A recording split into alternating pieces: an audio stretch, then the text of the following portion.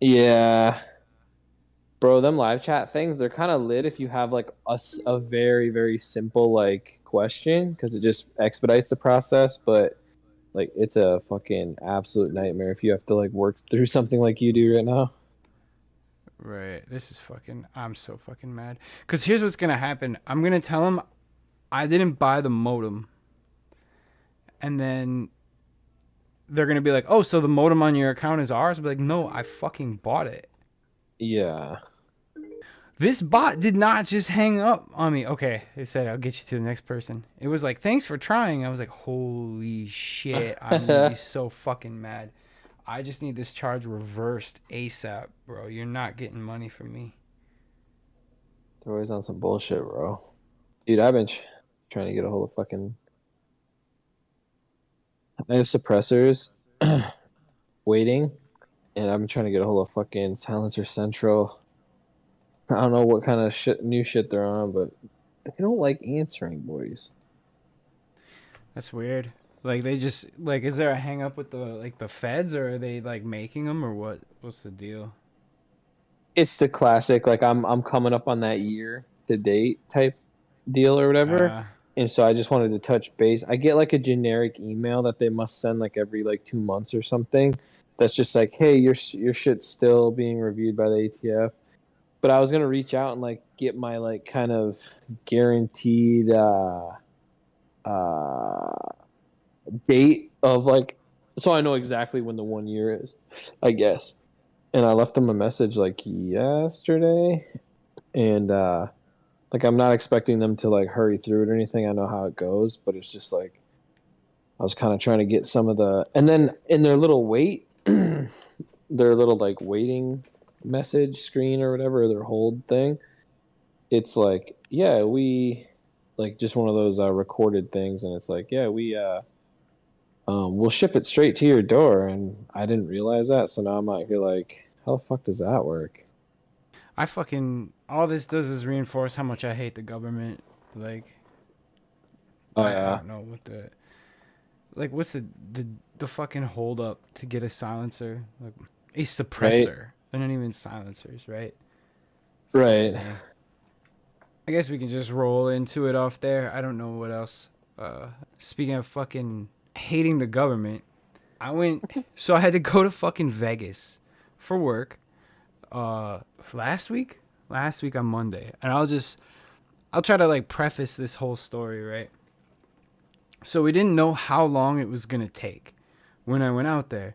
So uh, so my friend books me a flight out to Vegas, but he books a flight that leaves midnight. It left almost at midnight on a Monday, so it was like Oh shit. 11:50 p.m. Monday night, and then it left. Then the return flight was like 8 a.m. Wednesday morning. So I was like there for like a few hours, and we were like, I don't know, that might not be enough time depending what goes on.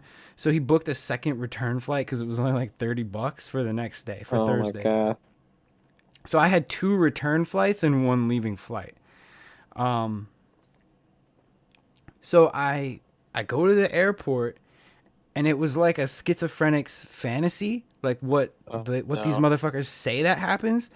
It happened to me, dude. I well, I'll back up just a smidge.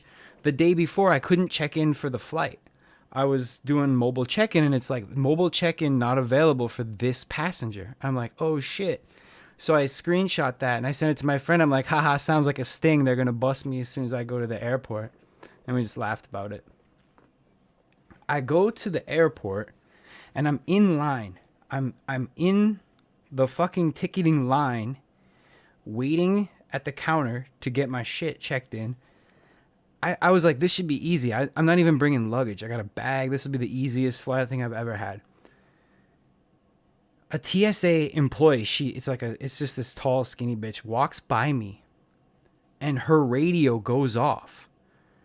And they were like, did passenger Slick Vicious check in yet?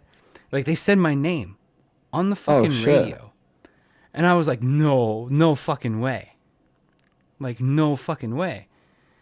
And I get to the counter and I check in for the flight and it takes forever. And the dude at the counter, he's like a kid. And he's like, he kind of is like shaking. I don't know why. And he calls back and he's like, we have a Class D fare. And I'm like, what the fuck you mean a Class D? I got priority seating, motherfucker. What is this?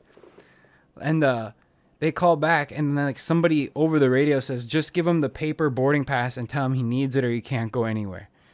And I'm like, what the fuck is going on? So like if I was just leaving for fun, I would have dipped at that point. I would not have fucking hung around. The second I heard my name on the TSA radio, I would have just fucking left. But I'm like, Yeah, fuck. bro, that's Yeah, it was sketch. So I'm like, all right, whatever. I got to do this. So I go up to the counter and up by the security check. Now I go up the stairs, go to the security check. I give him my boarding pass. I give him my ID. Shit makes this noise when they scan it, like I'm like, oh fuck, like some Demolition Man shit. And the guy, this giant fat dude, comes over and he grabs me and he pulls me aside. And he's like, you got the 4 S's on your boarding pass. That means you've been selected for a security clearance. And then he's like, we've been waiting for you for 6 hours. And I'm like, what the fuck does that mean? yo Waiting for me for 6 hours? Bro, my flight leaves now. Like, why would you wait for 6 hours? Who the fuck checks in 6 hours early for a flight? Like, they were tipped off that I was coming. So it was not like a random thing. It was they were waiting for me. And they took me aside, dude. And they were like, we can do this in private or we can do this over here in the corner or whatever. And I'm just like, let's do it out here, motherfucker. I don't want to go anywhere with you. And they were like, this is going to be a pretty intense screening. You failed a background check. And I'm like, what background check? I fly all the time. I've never failed a background check. And he's like, you just failed a background check. They won't tell me anything. So it's basically I either go through this or I don't go. And they gave me like, I had to take some, like I was wearing like 4 layers of clothes because I didn't want to pack. I had to take some clothes off. They gave me a full pat down. They made me sit in a chair and swab my feet. They tore, yeah, dude, they swabbed my body parts with these fucking test strips. What was that reasoning behind for them? They won't tell me anything. I thought I was worried that sometimes they scan for explosives, and I use the bag at the range sometimes, so it has gunpowder residue. But I also use the bag for carrying weight, so it has drug residue. So like I'm like, dude, I'm so fucked right now. And they made me take all my electronics out and power them on. And they're like, you have to power all of them on to make sure they're real electronics and whatever. And I'm like, God damn it, this sucks so fucking bad. I'm like, I'm not unlocking shit. So if they asked me to, it was gonna be go time. I was like, nah. What I was starting to worry about were 2 things though. So like, if you guys heard the last podcast where you talked about zinc maxing, I was bringing my zinc, and I had a whole bunch of white unmarked pills that were just zinc in my bag in a baggie. Oh, and shit, bro. I was bringing edibles on the plane. I had THC in my backpack. And I've got 3 TSA agents tearing my bag apart, swabbing everything. So they're like running these test strips and then throwing them in a little computer and like checking if it beeps or something. And they're swabbing everything in my bag. And like by the grace of God, they couldn't get this one. So I have this like Oakley travel bag that I've brought to... It's been around the world like 20 times with me.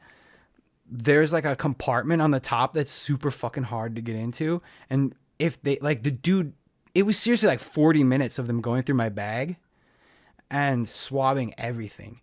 And I think they just gave up right when they got into that pouch. He just was like, and he like gave up. Because I had so much garbage in there that he had to like take out. And they made me take all the food out and snacks.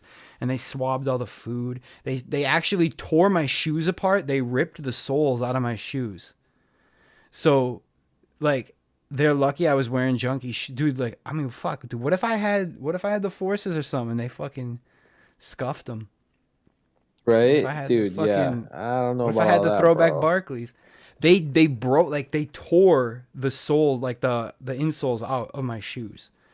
And we're like, I'm like, dude, what are you fucking looking for? Like, I failed some watch list background check And then like it's like this long story that goes nowhere because then like after all said and done, they're like, all right, you're free to go, and they just left my shit like in disarray. Oh my And god. it felt like intimidation, and I don't know exactly why it happened, but I have some hunches. But also just fuck the TSA, dude. What the fuck was that? We've been waiting for you for 6 hours. Like the whole That thing reeks of yeah, that's Like he's just bullshit, or else they really were, and they're just like they were so they fucking sketched I by me. well, I think my name came up as a you must scan this passenger. So I started going ham on the research, and the quad S on the boarding pass is supposed to be random. It's supposed to be 100% random search, but it wasn't random because I couldn't check in a day before and they were waiting for me, and they were even calling my name on the radio. I heard them call my name before I even checked in. So they knew right. I I was mean, coming. yeah, it can't. I mean, it can't. It's not very random if they've been waiting for 6 hours. Right. So I was pretty miffed, but there's I guess just with some of the business that I'm involved in, I suppose it comes with the territory, and which is all legal. No, I mean I'm just like I think Right. that whatever, the government doesn't like free thinkers or whatever.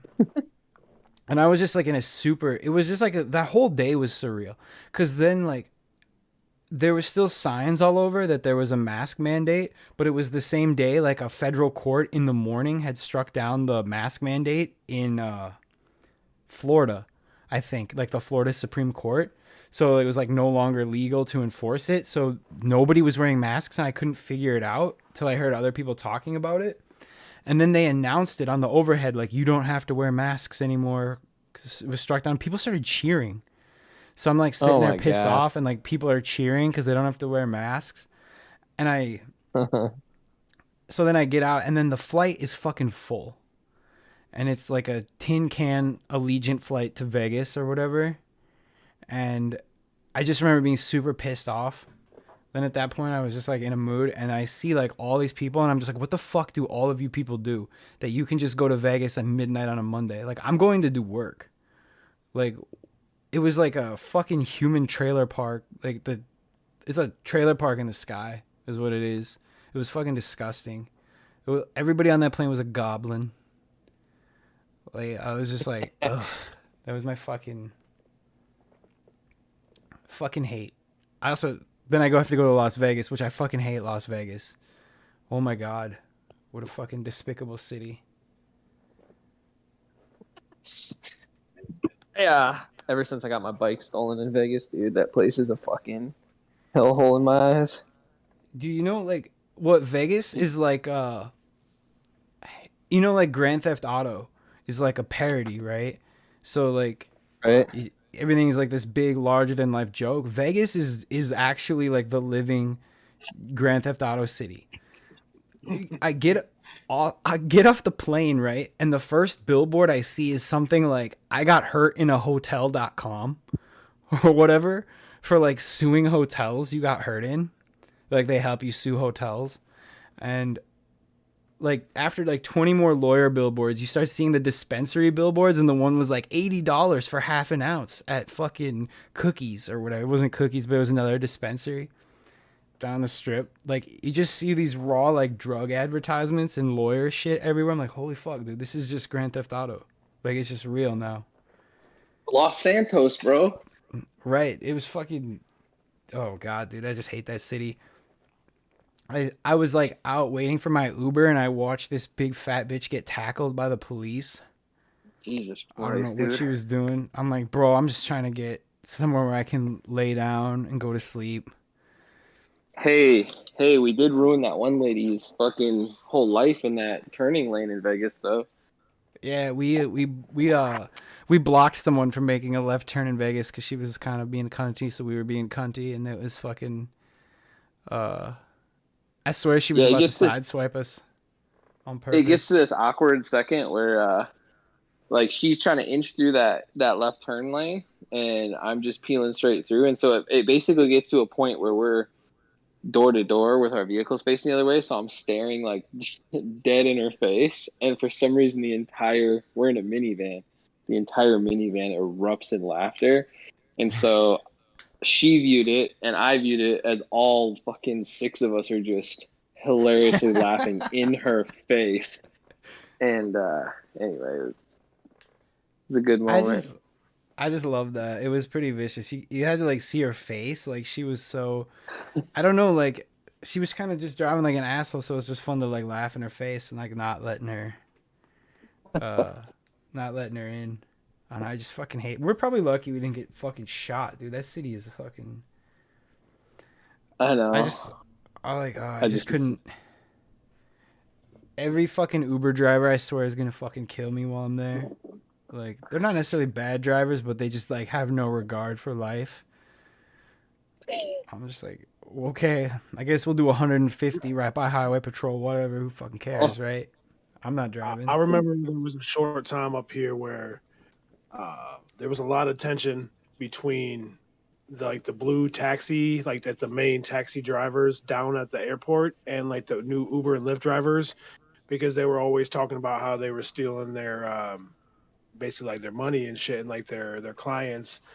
To where there were times like where there were fights and shit breaking out at the airport.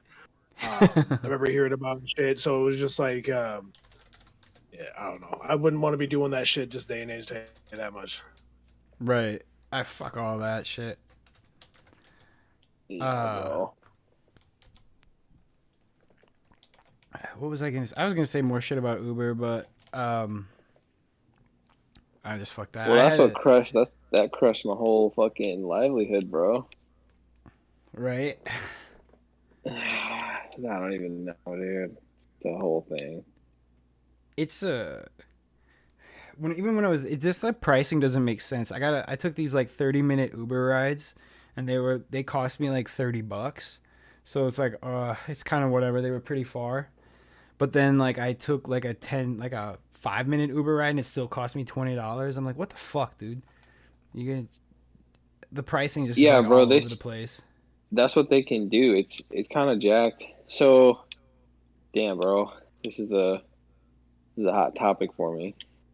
Um, so the thing about where we live specifically too that's fucked up is like when they came through, we kind of, we tried to fight that good fight, and basically the city, like there's a bunch of regulations that cab companies can't do, around here, and Right. shit that we got to follow and stuff. And so basically, when they came through, our city council or whatever kind of just waived everything, and but instead of waiving it for everyone, they're just kind of also like, hey, but fuck you guys. You guys still got to do everything that we had in place because you're a taxi company. But since these are just ride sharing companies, we'll skip all the bullshit. And so it's kind of like to me, it's just wild that people were willing to make, I guess, kind of wild changes like that, but kind of shit on small local business.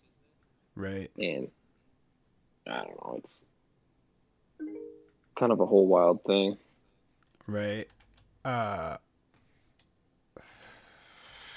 I don't know much about. I know like in bigger cities they have like the medallion program or something, and you have to get certified to drive for cab companies and all that. And So like there's Uber like doesn't like the liability isn't there. It seems like yeah, no, and then that's the thing is like, um, around here there is no limitation, so you're kind of always potentially.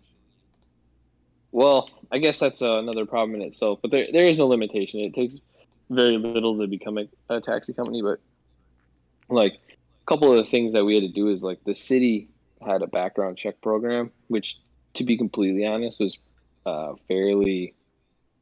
I want to call it loose because if you had anything, basically, if you had anything pending, they would deny you, but you could. I mean, you could have a pretty hefty history and still get uh, accepted as long as you kind of completed whatever it was. Because there's a couple felons that like got passed through, but like background checks are one of those things where I don't think they have to do anything like that because they don't have to go get a taxi license. And then they skip the commercial plating. And the reason we had to have commercial plating is because according to whoever, 100, basically a single package is the equivalent of a 150-pound passenger.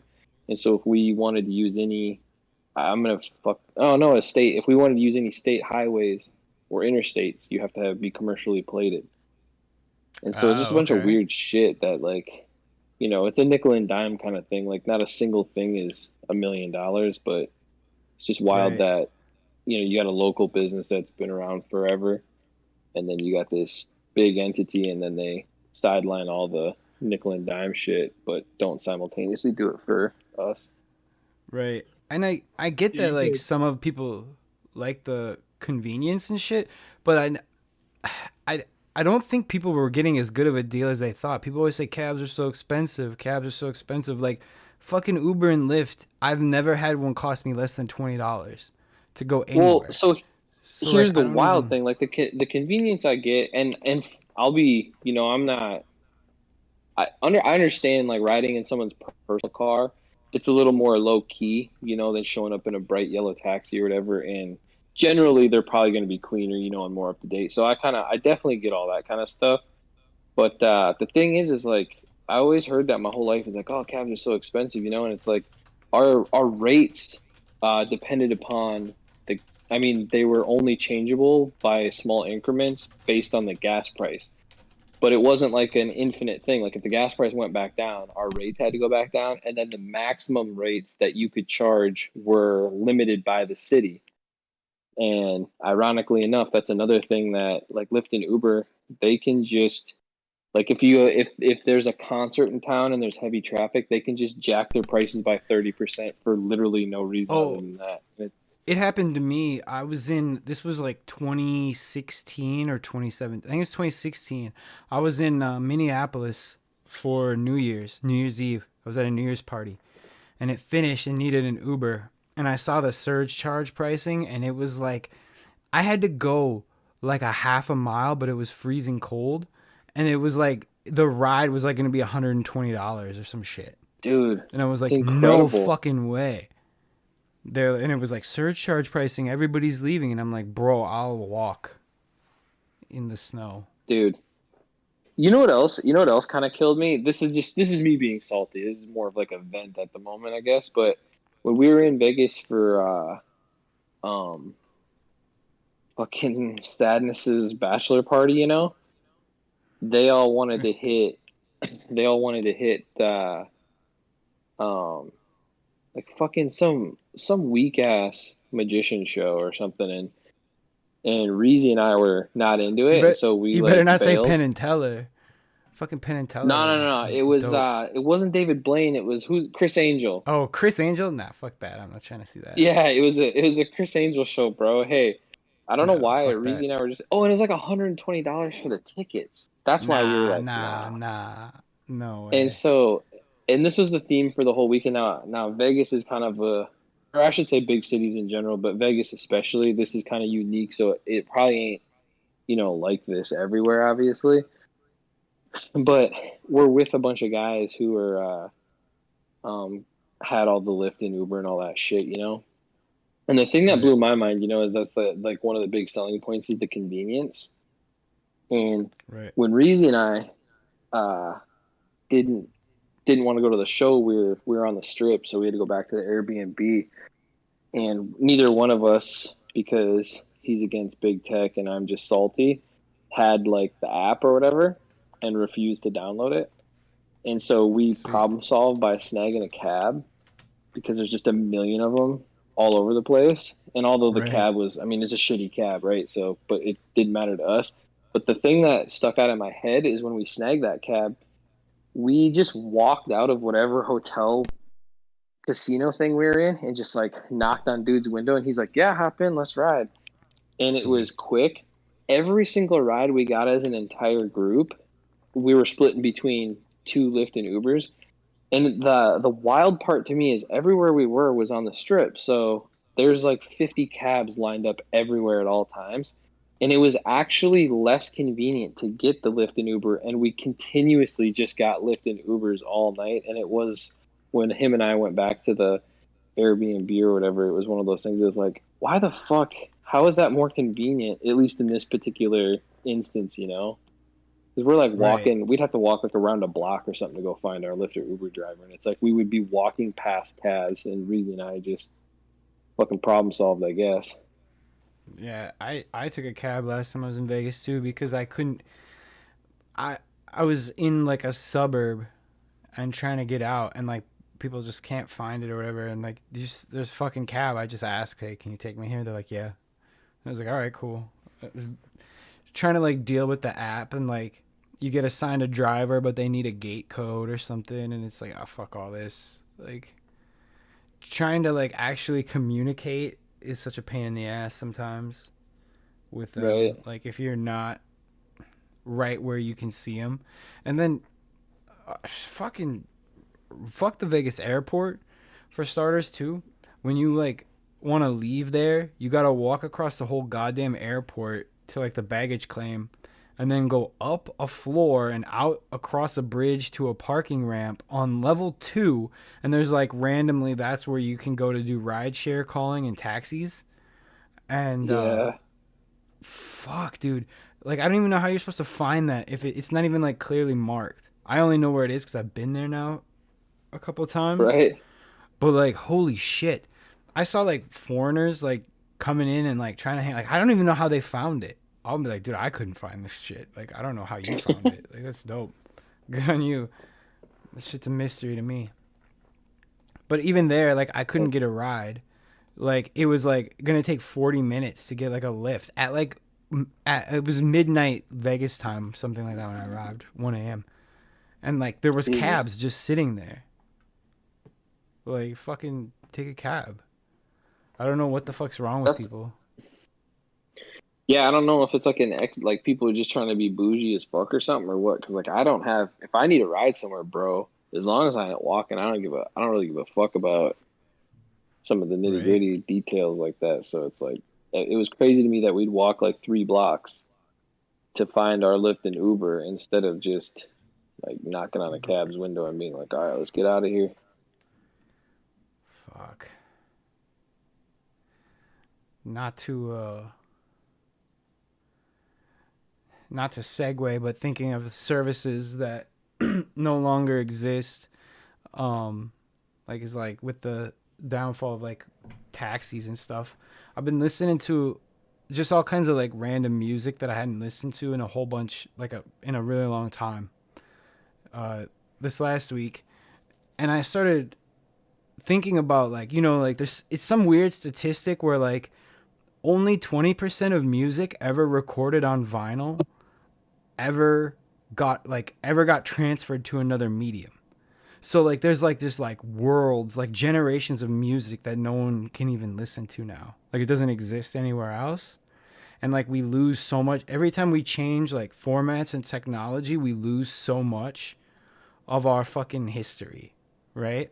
Next time you come up, either you to Minneapolis, uh, there's a spot, a record shop that has a lot of pre-World War records there, still in the classic brown paper sleeves. Like this has all this stuff that you won't find. Like it's all the stuff that you're talking about that has never gotten transferred and will never get transferred. And you know, there's probably people who knows how many spins some of these even got either, you know what I mean, and how many were ever released as some of these because they were sometimes just released as singles or limited press, release because it wasn't, on Motown or something like that at the time, of course. So, uh, but yeah, there's a spot that has all those gems. I got you if you ever want to check them out. Fuck yeah, That's dude, that'd be actually so pretty dope. sick. Um, that I definitely want to do that because I like that preservation of media. So when with that, it led me down another rabbit hole this last week. So in 1990 something, four or five, it was a Japanese computer in like the mid 90s, like 1996 or 7. they made this computer, and it was called the Pippin Atmark.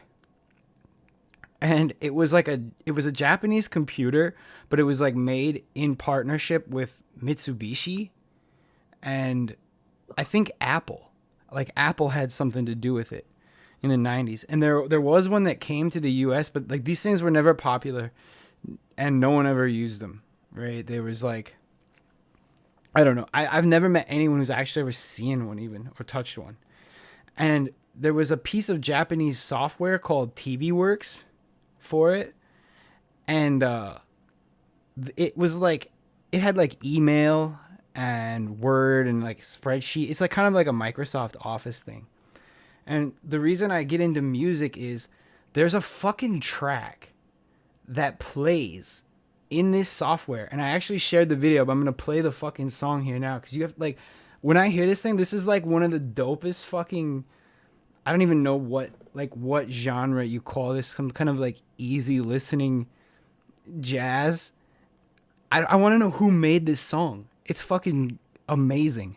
And it's almost lost to time. Like, I think somebody emulated this software, and that's why we have this.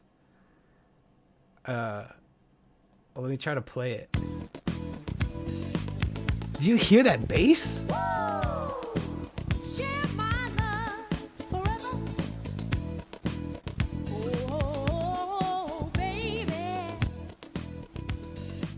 Like that shit is so dope.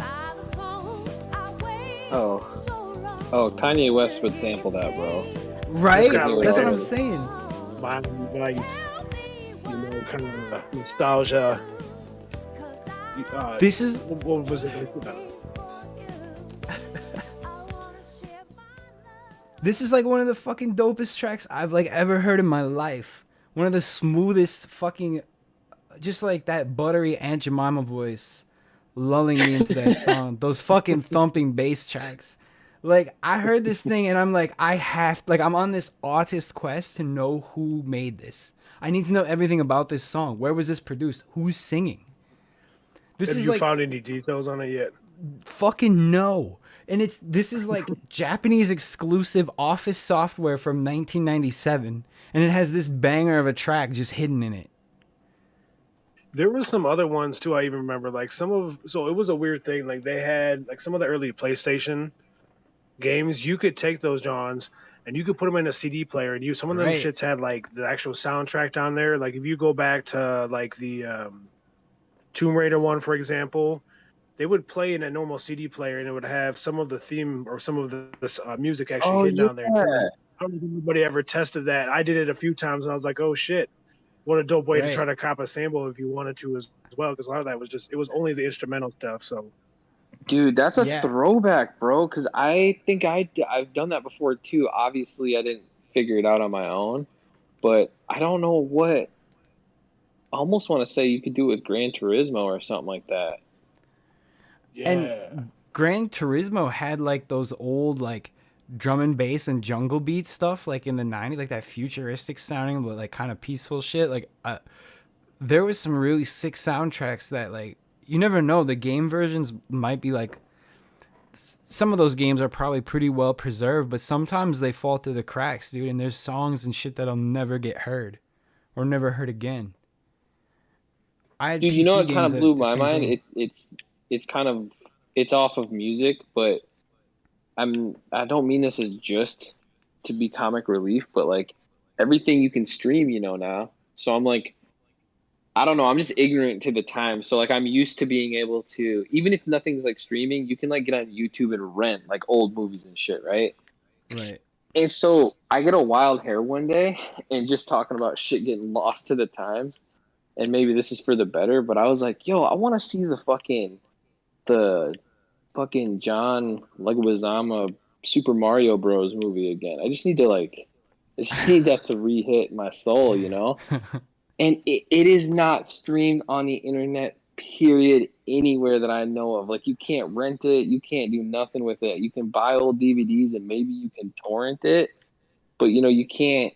It seems like every movie is at the touch of your fingers, and then that was the first one that I was like, that's got to be on something, and it ain't. Right. That's fucked up. and There's it John feels similar, Leguizamo bro. personally is trying to bury that movie or something. Yeah, I'm not trying to see that either. Also, dude, I've had some weird stuff happen to me. I don't know. I don't know. There's probably an easy explanation for it, but this is gonna be like another sideline thing. I had an album I really like is Royce the Five Nine's "Death Is Certain," Yeah. and I had it on. I don't know if the whole album's off Apple Music, but the main song off that was that hip hop song. I believe it's just called hip hop. It's been a while now. And that is like deleted from at least Apple Music. And I don't know if it's on Spotify or what the deal is with that, or if there's just like some basic licensing stuff or something. But it's like, that's such an old record and pretty small that I'd be surprised of that. But that was one thing that actually kind of blew my mind the other day.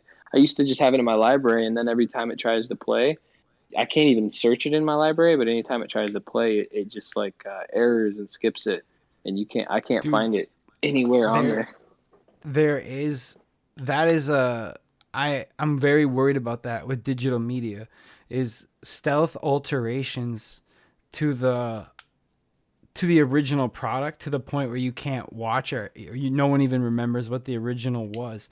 So people got a taste of that in the mainstream public when they were like trying to edit movies to put masks on people in like 2020.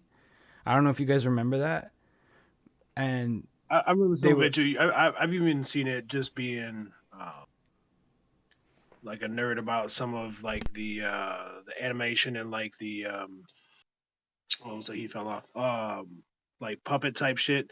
But it's like, for example, when Disney bought out the rights to Kermit the Frog, there were a lot of early like Jim Henson and Muppet series and like shit from like the 80s and 90s where they had to cut Kermit out of that because they no longer held the rights to it. So whenever you would see it a lot too, things would get changed or like edited as soon as someone bought the rights to a certain character or a certain whatever years later, which is unfortunate because then you'll have the thing too where you'll never have the original back out there as well. And it always ends right. up being some like goofy edit. That's just like Well, some of the like most like recent examples I've seen. the most infamous one is like the original Star Wars. It is goddamn near impossible to see the actual 1977 theatrical cut. Yo, Everything bro, like I came actually across that released is too. fucked. Yeah. There's not an official release that doesn't have some form of editing anymore. You have to It's like find wild. people on the internet who fucking did it. It's all like Greedo shot first or like the Raiders of the Lost Ark like changing guns with walkie-talkies or whatever they were trying to do. Or like whatever it was, I think it was Indiana Jones. They were trying to do that shit too. And uh so yeah, like think about like all the music too, like bonus tracks or like if they had like heavily political tracks and they just quietly disappear from streaming services, like people don't even know like over time. Even like Like well, they do that shit like in like real time too, just with like cutting out certain traditions because they worry about it offending other things too. I never understood the idea of trying to like destroy tradition in one country because you might worry about offending people coming over from another country if it's not their tradition. But you would never go to another country and expect them to change their tradition to uh, be complementary to your tradition from another country. You would just hope that they would want to take part in yours too, and we could all celebrate it together in some way. Because a lot of the times people fail to see the connectivity and all that shit, anyways, which is also very right. ironic. But um, it plays a lot into I guess what you're mentioning as well. But Right. I don't know. Well, there was actually something that happened this last week in China that plays into this directly. Um, so, like, Megan the Stallion, and Yeah. she had a like Coachella performance or whatever, and like, who gives a shit, right? But like, so in China, they weren't allowed to stream it, but people were restreaming it anyway on chat apps, and the censors were trying, like, they have people live censoring those apps. So like instead of just banning the restreams, they were trying to censor them, and they were trying to put black bars over the chicks twerking, and they like couldn't get them lined up because they kept shaking too fast. And so you could see the censors trying to live censor the performances and like not in failing. And it was just like fucking, it's actually pretty They hilarious. would have been better off just putting like a whole like blur, like one of Right, those just blur over the things whole on top of screen. like the image, you know what I mean, or something if they would have Right. been able to. But that's even funnier though. I hope someone got Or that. just or just ban the stream. Yeah, there's video of it. I didn't post it, but there is video of that. It's pretty wild though, watching them try to censor shit in real time as it's streaming, dude. Like they're really like they're really fucking with us. Damn, this just keeps rolling into other shit now that happened on fucking Elon Musk buying Twitter. Holy fucking shit. Somebody just out in raw dropped 44 bill on Twitter. Dude, people have been losing their minds about it. They are too, and it's funny because a lot of the times it's people worried about the same shit they've been spewing themselves, ironically, Right. in like a passive aggressive way, just on one side of the spectrum. And that's the other shit too. It's like, so how are you going to scream equality and shit with that same fucking narrative, and but then not want to equally respect Right. someone else's right at the same time that you want them to respect your right to have that same fucking narrative, or a different or abstract narrative, whatever you want to look at it. And it was always one of those things that's like, how can you be such a fucking simp to not see the irony in that shit? Because it's like you're literally not for fucking equality, even though you have it all over your fucking Twitter that you are, because you're trying to suppress one side of the spectrum because it doesn't fit your narrative. That's not, equal or equality at all. And half the time too, they're talking about being bullies, and these people are sometimes the biggest fucking bullies of all. Right. But yeah, it just, there's a lot of irony, and I just would hope that humanity takes this time to look at the bullshit. I do see sometimes it's funny though too, where people are just responding to these people where they're just like, oh yeah, it's totally white supremacy, it's got to be that, just because those people are so quick to want to jump to certain narratives. That's just one, for example. But You just where now flag it's it just as that becoming a and- mockery thing, Right. which is good, because it's like if you can make something comedic, you can destroy any power it gives. But that's just my Here's- fucking 2 cents. Here's my tinfoil hat about that. So in the old days, and even to the recent years, how did the rich control the media directly? Dude, rich people used to just buy newspapers. They used to just own them, and they print whatever they want. So even like Jeff Bezos, did he Yeah. buy the Washington Post? Is that the one he owns? Yep. Yeah, so he bought a newspaper, right? And then they always print these like billionaires aren't your enemy articles. Well, no shit, Bezos bought them. I feel like Elon Musk is just, he knows the future is like stuff like Twitter, not like owning that is better than owning a newspaper now. So this is just his flex on that, because like I agree with what he's doing right now. Like it's all fun and games or whatever. Like I agree with it. I mean, freedom he's of having speech. fun with it, and it's an investment in humanity. It's an investment in people. It's Right. like, all right, Tesla is here's- making electric cars for this, but it's like, I bought Twitter to invest in society and people, and it's like, how can you not fucking appreciate that? And how can you worry Right. about him? Because it's not like, from my perspective anyways, you've never seen him be about any bullshit to begin with. He isn't for Right. racism. He isn't for any other certain like narrative. He just thinks though that if you want to talk about Hunter Biden's laptop, if you want to talk about other things like that, you should have the fucking freedom to, without having to be Right. suppressed because it doesn't fit like I said, a certain side's narrative. Here's what I've been really enjoying. This is like a much more petty side of it, but I've been enjoying the people because of the insane amount of money. Like, yo, you could have solved world hunger. You could have solved all these problems, student debt. It's like, why can't my man just buy something he wants to fucking buy, bro? right. Hey, And most of these people could say the same shit to people that they worship, like Bill Gates and shit too, and have them solve the same fucking thing. But they go after one guy because they're so worried about how it's going to affect the shit that they've been vomiting online for the last like how many years. Right. I saw these memes that were like, it looked like Elon Musk tweets, and it was like, next I'm gonna buy Papa John's and put Papa John back in charge or whatever. And I thought that shit was pretty funny. Yo, I saw Shay claim this one was a real tweet because I know they've been like edited ones. Oh shit, my bad. Try not to drop boy's name. But anyway, he hit me with one that said next I'm gonna buy Coca-Cola back to Oh, introduce put the coke. cocaine to it or something like that. I love that one.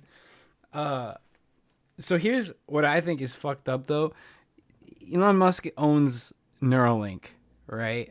And they're really pushing hard to start getting their brain implants approved to actually be surgically put into people soon. And I don't necessarily share the same optimism as other people do with this Neuralink technology. Yeah. And I feel like this is part of a way to control the discourse around that. Because that's going to be very controversial in the next few years. When, like, because it's going to come as like a benevolent force, right? Like, oh look, paralyzed people can walk again. Oh, this person who couldn't breathe can breathe again. This person can talk. Like, it's gonna be like used like that, right? At the start. At the start. And then pretty soon it'll just be a means of control. Like, oh, you didn't pay your fucking cable bill. We're going to turn off your speech function for a week or whatever. And like, Yeah. I'm not really down with putting chips in the brain. I'm not quite ready for It's that. gonna be a fun thing to watch play out. Obviously, so I've seen a few memes too where people are like, the conspiracy theorists and other shit are talking about like, them putting microchips in like vaccines and shit and blah blah. But and then he's talking about wanting to microchip people's brains, but it's like the big difference between those two things is one thing is being done under someone's free will, where they are knowingly engaging with something, whereas something else is being possibly passive put in there anyways. I just see that shit play out. Not that I necessarily believe anything from that side of the spectrum. I should just make clear of that. But it's like the irony when it comes to this too is it going to be a thing where people at some point, like, they'll be under surgery and they're like, all right, you're going to need to have your microchip put in your brain. So like, if you fuck up, it's not, we're going to send you to prison. It's like, we're just going to turn you off. Right. That's what I mean. Oh. Or like they can like do that thing where you live in a simulation that's like 200 years of torture, but it's only like 2 seconds in the real world.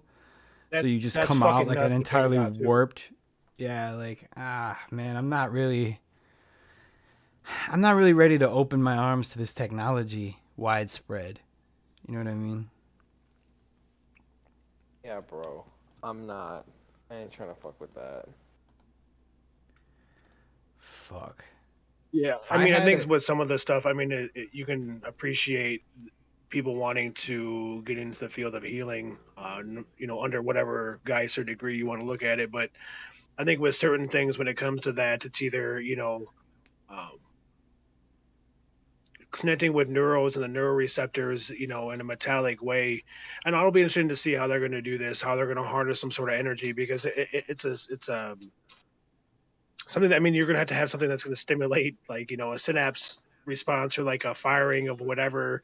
And you're going to have to Right. make sure that that lines up correctly with what it needs to do to tell that part of the body that's no longer functioning. Obviously, you can look at what part of the brain controls what part of the body, but I don't know. It'll be interesting Right. to see how they're going to navigate that and what maybe, you know, The realization o- they've come to already. How have they tested this so far, or is right. this the The experiment coming up? the And this is only what. way I will allow this technology in my body is if they like manually allow you to control erections and sexual desire. So if you can Okay. just like turn yourself like into a fucking beast, then I'm like, all right, I'm down. Let's do this. But otherwise, I can't have this. I can't abide.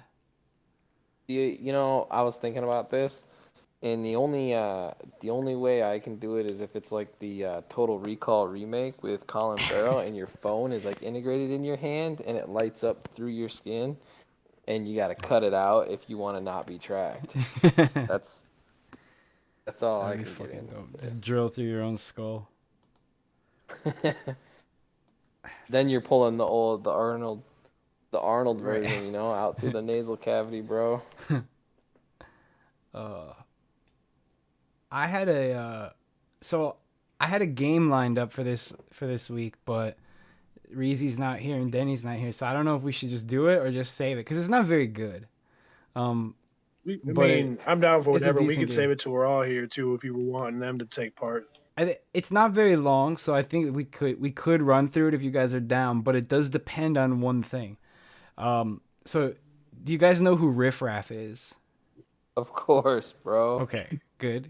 But how familiar are you with his discography? Um, I'm If more, you're more too- familiar with his aesthetic than I am his discography. Okay, with, that's with, perfect. With all, That's what I was hoping, Um, is that you guys don't know every song title. well, I know a handful, so all I'm gonna say is do I need to know more than tiptoeing in my Jordans? You don't need to 'Cause- know anything. The more you know, the less fun this game is. So Okay, I don't know a ton. I Okay, do know so he's that's got perfect. a track with I think Mac Miller, and there's literal dolphin noises in the background, and there that one is, slaps. and yes, there is. if you can make Okay. it multiple choice, we could probably do this. It is a multiple choice game. So I took Denny's Young Money or I'm Funny, and Oh shit! the next evolution of that game was actually going to be E40 or I'm Horny, and it was going to be like, is it an E40 lyric or a porn title? But it was taking me way too much time. I couldn't get this shit done. So I've changed it up, and now we're gonna play Riff Raff or I'm Trash. And shit. so what this is I will give you 3. They are either song titles or album titles.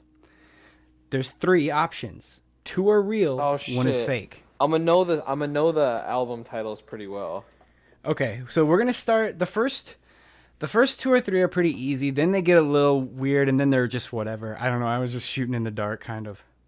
Okay, you guys ready for this? I'm ready. So we'll just jump into the first set of 3. All right. First title, Pineapple Panther. Second, Cranberry Vampire. Third, Tangerine Tiger. You gotta spot the false one. All right. So I'm a bow out because that one You know I'm this one? familiar with. This was a Feel like, this was a curveball. I feel like 1 and 3 or A and C would be something that he would use, but maybe not the middle one. That is incorrect. Cranberry Vampire is one of his latest releases. Oh shit! Yeah, it's Wait a Pineapple. minute. That means I'm back on it too. I thought no. Tangerine Tiger was one because I know. It I is know the one. It is Panther real. one. Tangerine Yeah, I was Tiger. gonna say is that's real. something like that shit just rolls off the tongue, and I was just figuring it'd be So- like he'd be rocking It's, some Purple Panther, but maybe not. It's Peach Panther, but I said Pineapple Panther. So, Oh yeah, that's what got me fucked so I up. threw the got curveball you. there with that, but those were the easier title ones. So yeah, Pineapple Panther was the one I made up there. So here's the next set. Icy Ice, Icy Stupid Ice. That's 1. 2, I got 24 carats dancing on my lean cup. And 3, I just bought a brick from Christina Aguilera. Oh fuck. 2 of these are legitimate song titles. All right, run me past them again real quick. I'll throw them all again. So number 1 is Icy Ice, Icy Stupid Ice. 2, I got 24 carats dancing in my lean cup. And 3, I just bought a brick from Christina Aguilera. I'm going. B is false. Man, that's tough. I was leaning towards A. So B is the false one. I got 24 carats and dancing on my lean cup. I just made that up. So the reason that one sounded too smart, and although Did the it? Christina God damn it. Aguilera one was almost obvious to me, I know my man would go there. So I was like, okay. Yeah. That's a real song. That's a real title. I just bought a what does he say? Like Gucci print apparel. I just bought a brick from Christina Aguilera. Like so it's fucking hilarious, dude. I love and hate him so much. I also love and hate him a lot. God, I can't stand his music because besides the Dolphin track, it's usually pretty, not right on my stuff. But everything They- else about him, I support. It's either a fucking banger or it's fucking trash. But he has a fucking husky Yeah. that he gave neon clothes, so I fucking love him forever. Dude, and he's actually a genius when it comes to like nicknaming things or just hitting one-liners. Dude, he's so good. I had to So, rewind a track the other day people like can't 4 really give him times. shit anymore. There was a time, like even like in the, I think it was like the late '90s, probably early 2000s, where like he would come on MTV and people were like, "You're just a fucking, like this is a whole facade. This is just a a skit to you." And he's like, "It's not." And he's held it down with the same shit since then. So it's like Yo, people thought it was fake, but I've seen like old home video of him, and it's pretty. I think he is who he says. Like I think I he's think always he is been too, but I actually do think he puts on a little He's- bit of show of the Oh, dumb he's side of him smart. because, like I said, that. He's 'cause smart. some of the, yeah, my man. Oh, we'll I get mean, it. We'll even his when we go deep, you'll see. He's okay. smart. Like these song titles are fucking genius. Like he says shit that's fucking genius, and I'm like, okay, all right, I got you. That's insane, actually. Because the next set here has probably one of my favorite song titles of all time in it. So here's the next set of 3. Number 1, Prada Print Panda. 2, Teriyaki Tidal Wave. Or Oh, 3, fuck. Teal Tone Lobster. Oh fuck. I'm going. first two. Number 2 is Teriyaki Tidal Wave. Oh. What was the first one again? Prada Print Panda. Oh fuck. I'm going. I gotta go. I'm going A is false. Yeah, I'm gonna say God damn, you guys got it. That was me. So Hey, here's the thing though. There's a little clue in there. That teriyaki The one's gotta alliter- be your favorite title. the Teriyaki one was Ah. like my favorite song title of all time. Teriyaki Tidal Wave is the greatest thing I've ever heard. So I am not bullshitting you, dog. I promise you, that fucking Teal Tone Lobster is like my favorite fucking title to a song I've ever heard in my life. So I was aware of that. Yeah. So that like if somebody knew his whole discography, this game like doesn't work. But later I'll do like actual lyrics. But for the first one I just was like I'll just do song titles. I figured just doing song titles was enough for now.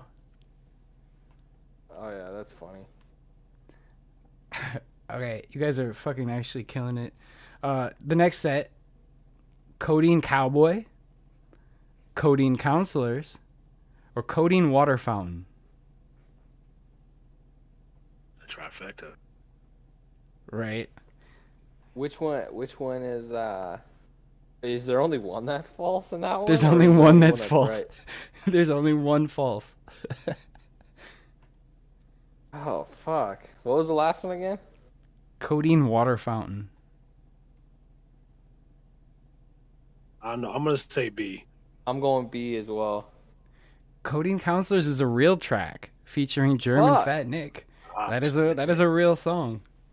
So That one C actually was false bangs then, too. right?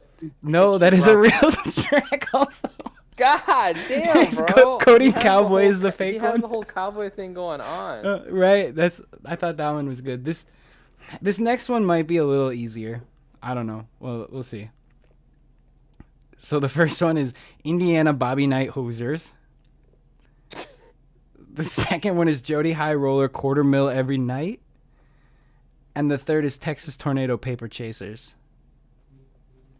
I believe I've heard two. Because I know that Jody High Roller is one of his alters. Yeah, Right. no, I knew that one too because even Jody Husky. Yeah.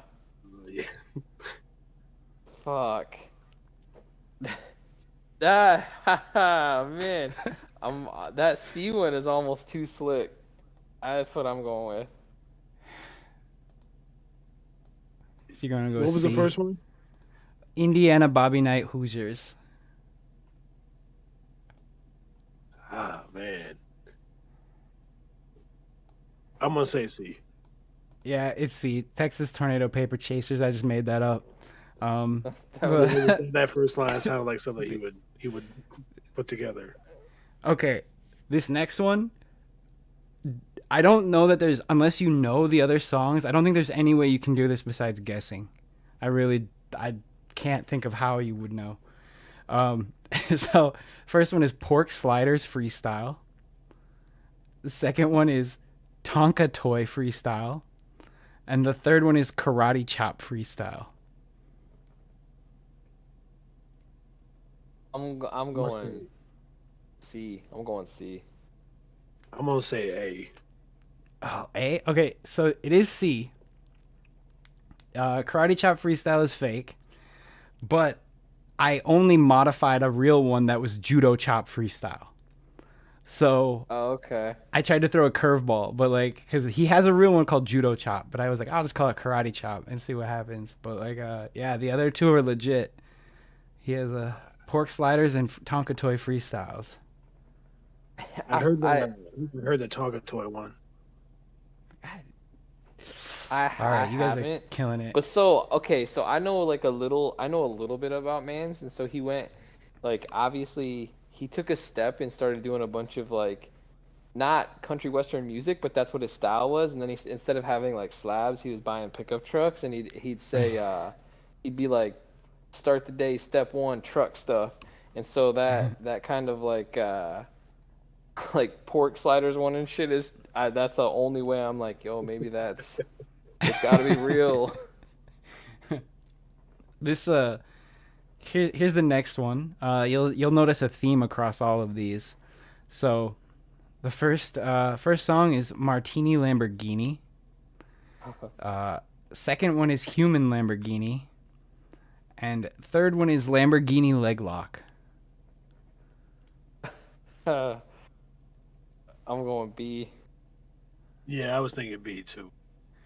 The A is fake. Martini Lamborghini. I just made that one God, up. dude. The So the other good. two are actual song titles. So this next set is kind of gonna follow that same principle. We have Aquaberry Aquarius, Aquaberry Dolphin, and Aquaberry Mullet. I know one of them's legit, so it's a 50-50. C? Yeah, I questioned the mullet one. but I So was it also is wasn't sure fake. with the dolphin one too. The Aquaberry Dolphin is a real one, but I think Matt hit too much on the dolphin noises for that one to like go. Yeah, I kind of wondered if I was To fucking go, up. That's where teal tone lobster comes from, is Aquaberry Right. Dolphin, as far as. Ah, nice. Yeah, and then so he has a couple other songs about he has some tracks about mullet and like titles with mullet in it, but I just threw that in there. I couldn't come up with a good one for this one. Let's see if the next one throws you guys. So there's a little bit of a different theme flowing through these. We got the first one, Butterscotch Babe Ruth. The Shit. second one is Fudge Phantom. And the third is Marshmallow Maserati. Oh, fuck. What was the first one again? I'm thinking B, but Butterscotch I wanna Babe go B Ruth. too. So it is B. Fudge Phantom is fake. But he does have one called, I think, Fanta Phantom somewhere in there. Okay. So it's not that fake. But yeah, I thought I was clever with the Fudge Phantom, but it didn't throw you guys. Marshmallow Maserati is just too dope. I can't. Dude, Marshmallow Maserati slabs. What was the first one again? I already forgot. Butterscotch Babe Ruth. Oh, yeah. Oh, yeah. The next one is, I don't know, this one's a little, there's another theme. I tried to keep them on the theme. So we got Versace French Toast, Fosachi Helmet, or Versace Gingivitis? Oh fuck. This one has a little bit of a curveball in it because I had tried to make one that was at least tricky if people actually knew. This one's gonna. I'm going A, and this is straight up guess. I have no basis. I'm just going A. I'm just gonna say C. I don't have. So it is C. Versace Gingivitis is fake, but not because it's not something he doesn't say all the time, but it's because it's not a song title, but it's a lyric. It's like okay. He's like, but Versace French Toast is a legit song. So I got two more of these. Next set we got Codeine Cleric, Water Whippin' Wizard, and Syrup Sippin' Assassin. What was the second one again? Water Whippin' Wizard. This set of three was kind of for Denny with like the D&D kind of themes on him, but like he's not here, so he won't be there to appreciate this one. Ah, dude. Almost think B because it's too clean. Yeah. Water Whippin' Wizard is a real song, I believe, featuring Yellow Wolf. Oh my god. So Codeine Cleric was the fake one. Syrup Sippin' Assassin is a real song. So here's the last one. It's this one is a little. This one probably should have went at the start, but we'll go with this. The first track or the first title, Citrus Cyclone. The second, Tangerine Tornado. And the third, Lilac Lightning. I'm going Lilac Lightning. I'm gonna say Tangerine Tornado only because he did the Tangerine Tiger, but he may reuse that. Yeah, you're right. It was too obvious with that part. I should have changed it. So Tangerine Tornado is fake. The real album title is Turquoise Tornado. So Okay. it was close. But yeah, Lilac Lightning is a real single there by our boy Riff Raff.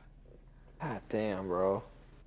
That, All I know is there's this song with him in this, like, I don't think she's even a musician, but there's like this white girl named Kitty Pryde that did like one song with him, and in that song he says, I think he says your girl's vagina smells like bumblebee tuna.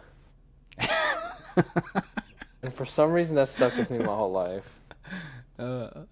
There was dude, I don't want to tell you guys how many hours I spent listening to Riff Raff's discography this week to prepare this game.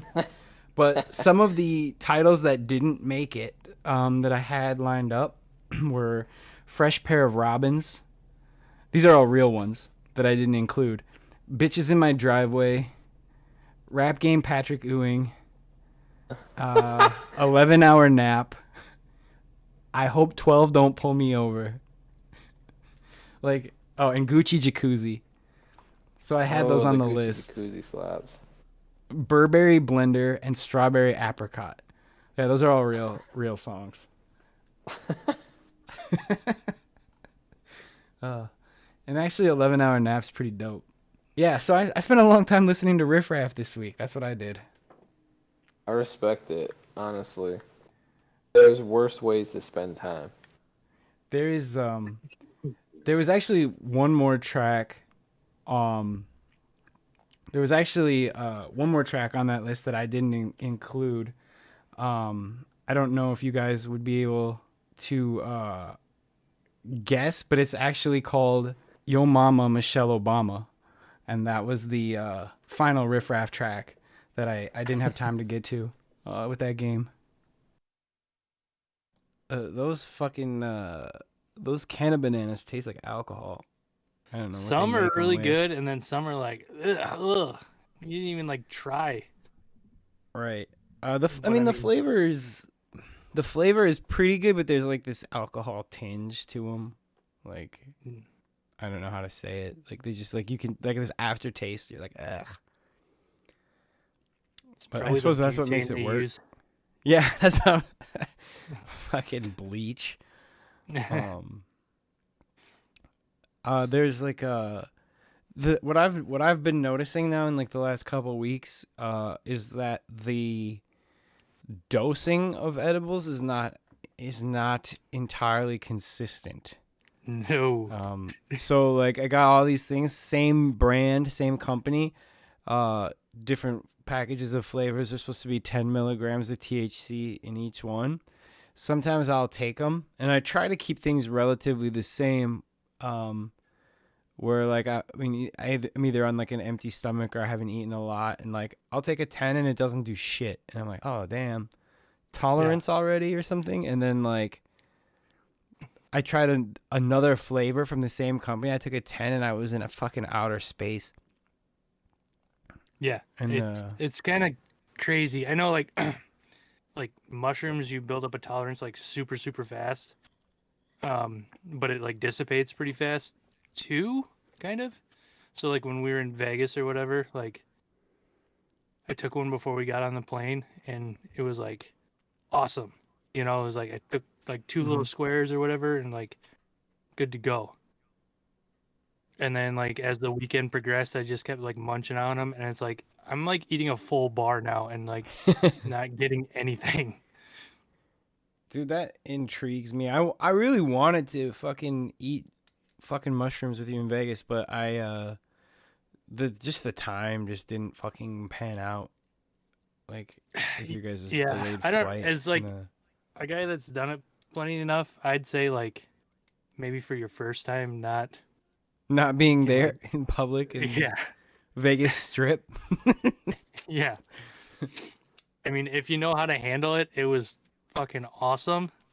But like, if it's your first time, like you might want to just dip your toes in, like in a. Yeah. They always say set and setting.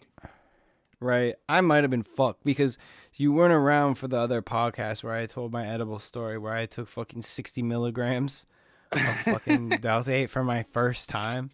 And I was like, I had like a face melting experience. And it was pretty fucking horrific. It's crazy how little like it takes sometimes. Like, right. And it's like, weed, whatever. It's like, no. Like in different forms, it will ruin your world. Right. Well, because I mean, this is stuff I've known from just reading and like being kind of like a fucking autistic nerd, that I always knew when you eat it, there's a entirely different mechanism of action. Like the way it's cleaved, it has like a different pathway in the body, where THC becomes hallucinogenic. Where like, because people who've only smoked and don't realize that edibles, like, they always laugh at those stories where people go nuts on edibles, not realizing that they're like a full-on hallucinogen at that level. Yeah, like it's not the same as smoking it.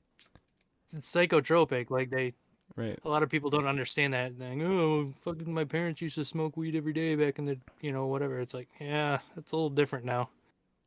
Yeah, I took an edible the other day, and I was trying to play rhythm games, and it's weird. Like I kind of get like in this zone where time like slows down. Like I'm playing like a song on this game, and like I feel like the one song took forever. Like, and I can like hyper focus. So like I feel like I'm in the zone, but then all of a sudden my hands are like moving slower, my feet are moving slower, and I can't like keep up. If I like fall out of sync once, I just like I'm so slow and sloppy, and then I'm like, oh, I am inebriated. Maybe that's why like the Grateful Dead songs are like so long and like jam-manny. Like, well, it makes sense. Like I actually had a thought about that because of Fish. Because I always get into arguments about Fish, because I mean, I don't hate Fish. I actually don't have anything against them. They're musicians, it's fine. But I love to hate on Fish because people who love Fish get really mad. So I love to talk shit about Fish. Yeah. And, oh no, you just don't understand it, man. Yeah, like, you just don't get it. I get it. I'm just trolling you. Right. But those like 17-minute jam session tapes or whatever they had, like one track is 20 minutes. I just remember people like, oh, that's so dope, dude. They just fucking jam and then put a tape on. I'm like, dude, that shit sucks. Shit fucking sucks. But it makes sense. It makes sense to me now. Oh yeah, like you have to be like pretty fucked up to like really enjoy that for 20 minutes at a time. But you just kind of float off on it. What's that?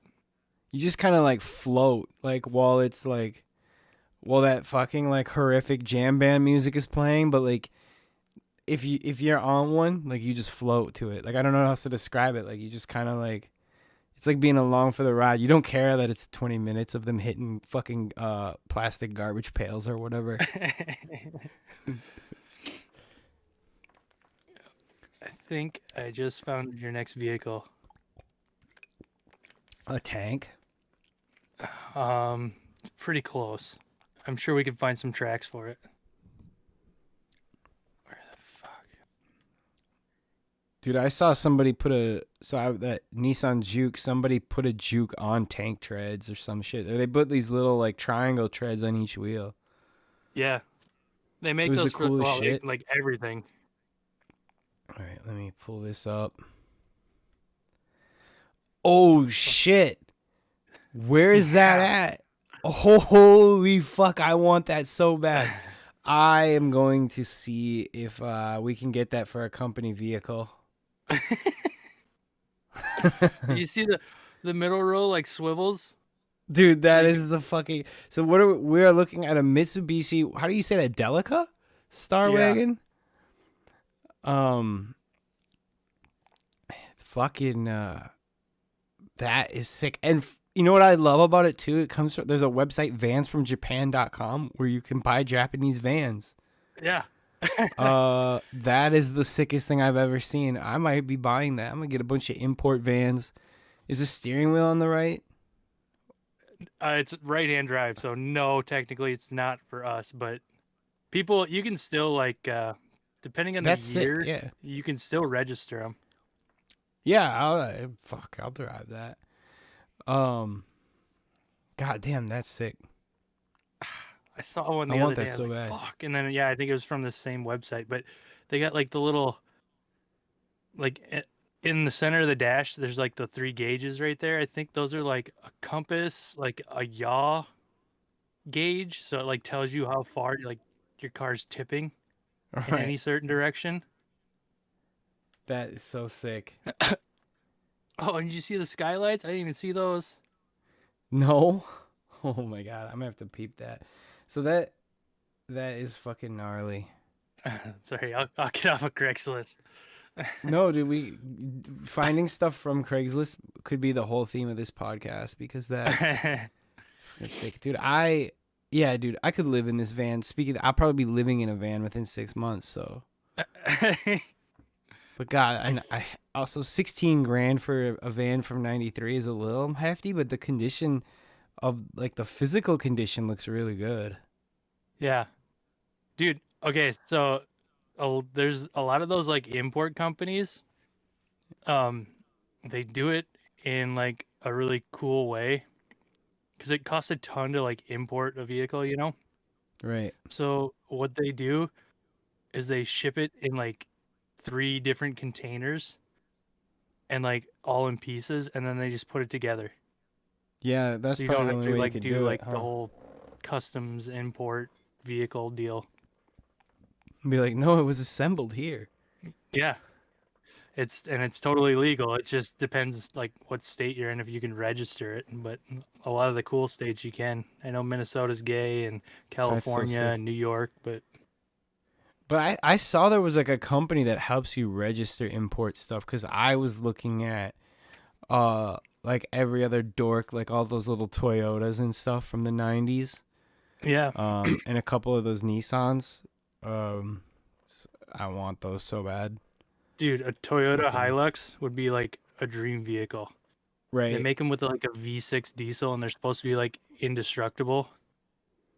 And Dude. I mean, that's what all the terrorists use overseas. So like, Right. I might have you to just go. trigger some people driving down the road. once I have enough money, I might start doing this kind of shit. Just importing rare vehicles. I wish you could have seen all the garbage I saw in China. Really? They have some of those cars have beautiful exteriors, but they're like made out of corrugated sheet metal. Yeah. I like shut the door. I was like with this chick and her aunt, and I like shut the door of their car and I like bent the whole car in its frame. And they were like, "You broke it." I'm like, "Yeah, I'm so strong." It's because we drink milk. I don't know my own strength. Oh, but like, yeah, they like. I was like, yeah, there's a difference in safety standards, huh? Build quality. Yeah, like they're like safety and intellectual property laws and copyright laws. Like, oh man, I could buy a Phantom for like 15 grand, and it's like, meh, Yeah, it's not really a Phantom. It's like a cardboard Lamborghini. Yeah. You know, like Have you ever seen that one gif of a dude he made like a cardboard Lamborghini and Yes. he used like a four-wheeled bike or whatever? Yep. That's it. I've seen like that, and people always making those fucking body kits for all these different cars. Oh yeah, that was like huge in like the 90s, doing like Ferrari kit cars. You use like a With Fiero. the fucking Fiero. Yeah, I knew yeah. a guy. Went to high school with a guy who did that. He had two Fieros. Oh, yeah. He I had think a I know what you're hatch talking Fiero and probably. You probably know. He had like a hatchback Fiero and I don't know that one ever ran. And then he had another Fiero that he drove that had like multicolored doors because he needed a door and had to get one that was a different color. You know what though? Like, okay, Fieros look cool. They do look cool. I I'll give think them they're a that. super underrated looking car. I think a lot of people shit on them because they weren't like super high quality, and it's like one of those like is kind of like buying like a Miata or whatever. Like Right. you can't afford like the Corvette or whatever cool Porsche. quote unquote cars are, but Right. I don't know. Yeah, I'm like I don't even know what. Even if I had the money, I don't know that I'd ever buy a car like any of those. I'd buy a Lamborghini if I had that kind of money, just to have one, but it'd have to be pink, same color as Starburst. That's the only thing I'll accept. I'm not gonna hate on that. Well, you can't if I have a pink Lamborghini. No, because Be guess like- what? I have no Lamborghini. Yeah, but I'm not big into like, I don't know, all this other stuff. Like I get it, but I remember when Audis weren't super expensive. They're not. I guess they're not super expensive, but they're even now. Well, besides the price of everything being bonkers right now, the fucking Yeah. I had a chance to get a decent Audi pretty cheap a long time ago. And I Dude, didn't. do you remember that BMW I had Yes. that I sold to Matt and then he sold it back to me? Like that car, even in that condition, I paid $600 for that thing. It was kind of beat, but Matt bought like a donor vehicle and like swapped all the cool stuff and anything that was like torn up or busted or anything that was like ruined on it with this like other car that had like super clean interior and a bad motor. And that car right now, even with like the body not being great, would probably go for like 6 or 7 grand. Dude, that's insane. Yeah. That's insane to me. Dude, I used to buy, like, when I have to buy anything that costs over $1,000, I'm like, I could have got a fucking car. And, like, realistically now, you can't get much for that. But, dude, every car I had bought before that, I don't think I ever paid more than $1,800 for a vehicle. Yeah. I mean, it's like prices right now are absolutely insane. I don't know if there's a better way to put it, but like there's stuff like I had that big Duramax pickup truck, and when I sold that, I made a couple grand on it. I didn't like do any work to it really. It just the prices kind of went up on them. And that one now, if it like kept going on with the mileage, it'd probably have 100,000 more miles. So 300 or 250,000 miles on it, and you could probably still sell it for 27 grand. I That's paid fucking 19 for it. Dude, that's absurd. Yeah, I'm looking. I've been looking at stuff like that too. Like, 'cause I did the big brain play with my car.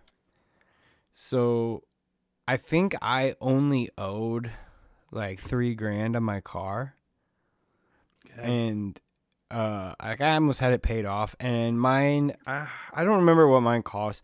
Some shitty sport package and everything. So I think it was like 32 or 35 grand or something like new. And they had it appraised at, I think it was like 16 grand. So I took out a loan on the car because it was like I'm using the car as collateral. So they gave me like 16 grand and I only owed 3 on it. And I'm like, Yeah, well, if they're willing to do it, and I mean, right now, like depending on when you took that loan out, like you probably still make money on the fucking thing, you know? last year I could probably Yeah, still sell the actually, you car. could probably and then- still make money. Right. I mean, last year the prices were nuts, but like they're only going up, and it's Yeah, I was like, I'm gonna use other people's money, so give me money. And like, they're like, well, the value of the car is 16, so we can do that. And like, I'm like, sure. whatever. And Give that it was to me. right. That was my big come up. And then they're like, you want a credit card? I'm like, no. And they're like, really? It's a 2% APR on this one. I'm like, how much are you gonna give me? They're like, well, you'd have to apply. And and then they're like, well, no, wait, you just got that loan, so you don't need to apply. You want 8, 7? I'm like, 7's fine. Give me that. So I opened this line of credit too that I don't ever intend on paying back any of my credit card debt just for any I don't know, if somebody in any banking industry was listening to this, I will not pay you back. Ever.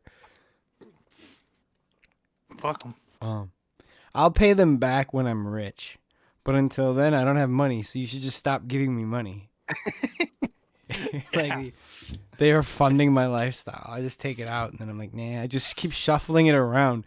It's like the cup and ball game. Like, they're like, I'm like, who's going to have my debt today? And I just shuffle it around into another bank. Just keep moving. Oh yeah, we'll take this on and we'll tack a little more on top for you if you'd like. I just keep thinking about this more all the time. Like, I used to pay my credit cards off exactly all the time. I never had debt. My credit was super good.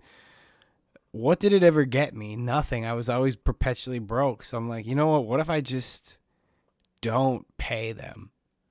So I decided I don't want to give them back. And like, I don't care. It's not my money.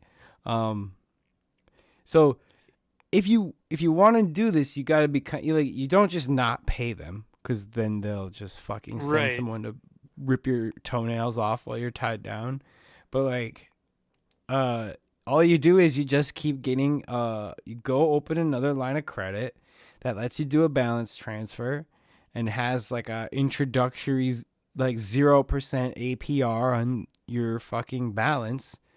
And then you just keep shuffling it all around. And soon you rack up 100 grand, 200 grand. Who fucking cares? You never paid it back. Like, Such good sound financial advice. yeah, those dumb fucks keep giving you money. Just keep taking it. Like, why would you not take the stranger's free candy? Right. There's the only strings attached are if you give in to what comes after you take the candy. Just stand your ground. Take the candy and then don't give in. Yeah, don't no. hop in the van. Just Right. say, thanks for the candy. Just say like, well, they like get in and get some candy. Like, throw me a piece first. And they're like, no, you have to get in. And I'm like, I'm not getting in until you give me a piece. And they give you a piece and then you're like, sucker, that was the pink starburst. And then you fucking eat I'll see that you and next walk week. away. Maybe if you give me some more candy, I'll come join you. Right.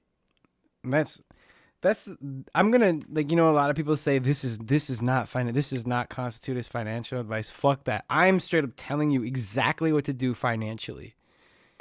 you, you should follow every piece of advice I give you to the T, because it will set you up for a successful life. And if you don't succeed and you think you can come sue, like, we're just gonna do the same thing until you Well, know. And it's more like if my advice fails, it's actually never mind. That's impossible. My advice can't fail. You failed my advice. You did something wrong. It's the Yeah. only plausible explanation. I realize you can have anything you want in this country if your retarded credit score is like over 650. Yeah. If you can make your credit score or like, so here's another pro gamer move. If you're like, so one of the biggest impacting things on your credit score is your debt to income ratio. But if you even if you don't get more income, but just keep opening lines of credit and not using them, and then all of a sudden your total debt to available like credit is so far down, your credit score goes up. And you can keep Really? going. Yeah. Fuck it. Like, just blow it. And then you know what else? When they ask for your income on those things, if you put under 100K, they don't give a shit. I bet they don't even check until it's over 120, 150 area. Right. I don't have a hard number, but I can say there is that new law where they want to, they fucking gave everybody $600, and then now they want to like, they want to be able to check and tax for every like transaction at 600. Like, wow, talk about a fucking Trojan horse. No kidding. But You want to? unless Go ahead.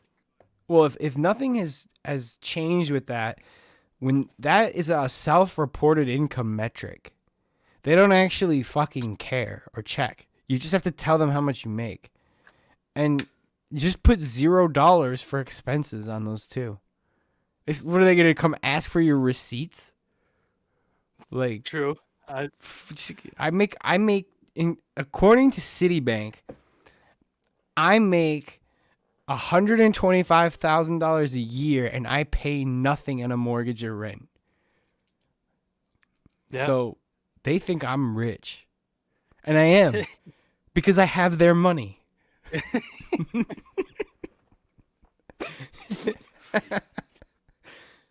Anyway, that was You wanna my. You want to know how tight my credit score is? I haven't had a loan since 2010. Holy shit. So, like, I have absolutely zero credit. That's a good thing, I applied for an actually. auto loan the other day, and they're like, yeah, there's nothing to like look at as far as your report goes. You're like, I have gold. Yeah. Yeah. You guys used to take that back in the day. Why can't you take it now? Bring out the scale, like the little balance scales. Yeah. That's Bring my own. that's because you didn't follow my advice. No, I didn't. I just learned I took out a loan every week. So like loans are like, they're by design there to hose people who actually care about the law. But yeah. I don't. So I just don't. I just ignore it. Notice you didn't pay your bill. Yeah, so what? Oh, You're going to sue me for your own money back? You're not going to get it. I used it for food. And if you keep sending me letters, I'm going to turn you in for harassment. I said stop contacting me. Right. Do not contact. Do not call. Sometimes I get debt collectors and they call me, and then I'm like, what are you going to do about it? They're like, well, we're going to, and I'm just like, what? No. What are you really going to do about it? Like, come on, man. Let's just be real here. You're not going to do a fucking thing. We'll garnish your wages. I'm like, yeah, no, you won't. Not now. Nah. That's not going to happen. Yeah, that's not going to happen. What's It's that? kind of awesome. I just said it's not gonna happen. So people don't understand the power of the word no. And like you can't do that. And I'm like, I think I just did. Yeah. Speaking One of my buddies, he wanted to get a suppressor for his rifle. So he just bought a mag light and some frost plugs and good. built one. And it got me thinking, it's like, You mean he built Yeah, an oil why- filter? yeah, yep. But it's like, yeah, why not? Like, I don't know. I think about it more and more. It's like, fuck you guys. Like, Well, as I said before too, like there are certain items I own that if they are laying by themselves, they are an item. But then if you attach them to a firearm, they become a felony. right. Like, and it's really, really stupid. But So fucking dumb. so speaking of breaking the law, I have a 3D printer now. You do? I do. Fuck yeah. So I haven't even got it all set up yet because I haven't had time. But I now have an Ender 3, which is probably it's on the low end of 3D printers of what they're capable of, but it's enough for me to start my new charity organization. So an idea that I have I'd like to do along with this podcast is actually open up a this charity idea I had, and the name is still kind of in flux, but it's going to be something like Power Bottoms, and and it's all about I want to send 3D printed lower receivers to everyone in America. That's so noble. Yeah, I just want to start sending them off randomly. I will start taking crypto donations for this charity, and donors will be eligible to be placed on a. Maybe we won't do lists. I don't know. We'll have to figure something out where I can get people lowers. Be easy. But, yeah, I just want to start giving them away. Like I saw this other really cool thing. If I can find it, I'll send it to you. But it's a how do I want to put this? A phone caddy automatic seer. Oh, okay, cool. They're Cool. super easy. Nothing to it. You make it just wide enough for your phone, and then you can put some like little designs in there where it's thinner in one spot, and it might Right. snap there and fit into something, but That's and you amazing. lose it. But You need another phone caddy. yep. Yeah, so But I thought that was a pretty neat idea the other day. I'm excited to dive into this world of 3D printing. There are so many guns I'm gonna print. There's so many cool ones out there. Just like Right. the most ridiculous looking, like the Glocks with the full handle, like that fits a 32 mag flush at the bottom. That is what I want to do that, and I want to do some like goofy shotgun or something. Like Oh, what the fuck is that one called? Freedom 12? the Freedom 12. Yeah, if you have any cool STL files or whatever they are, I'm gonna need those because I will be I want to arm America, It's the way it should be. right? I figure somebody needs to take up this noble cause. Okay, I'll send you your first one then. If and if it's not AR lowers, I saw these really cool, like somebody 3D printed these pink Taurus like Oh, dude. lowers. So everyone's gonna get a Taurus, a little 9mm Taurus. Oh yeah, that is what I am gonna start printing tonight. This is exactly what I want. A shotgun revolver. Yes. That thing is beautiful, and so it's a fucking shotgun with a massive oh, what do you call the chamber, the rotating part? The Oh, the cylinder. cylinder or the wheel. Right.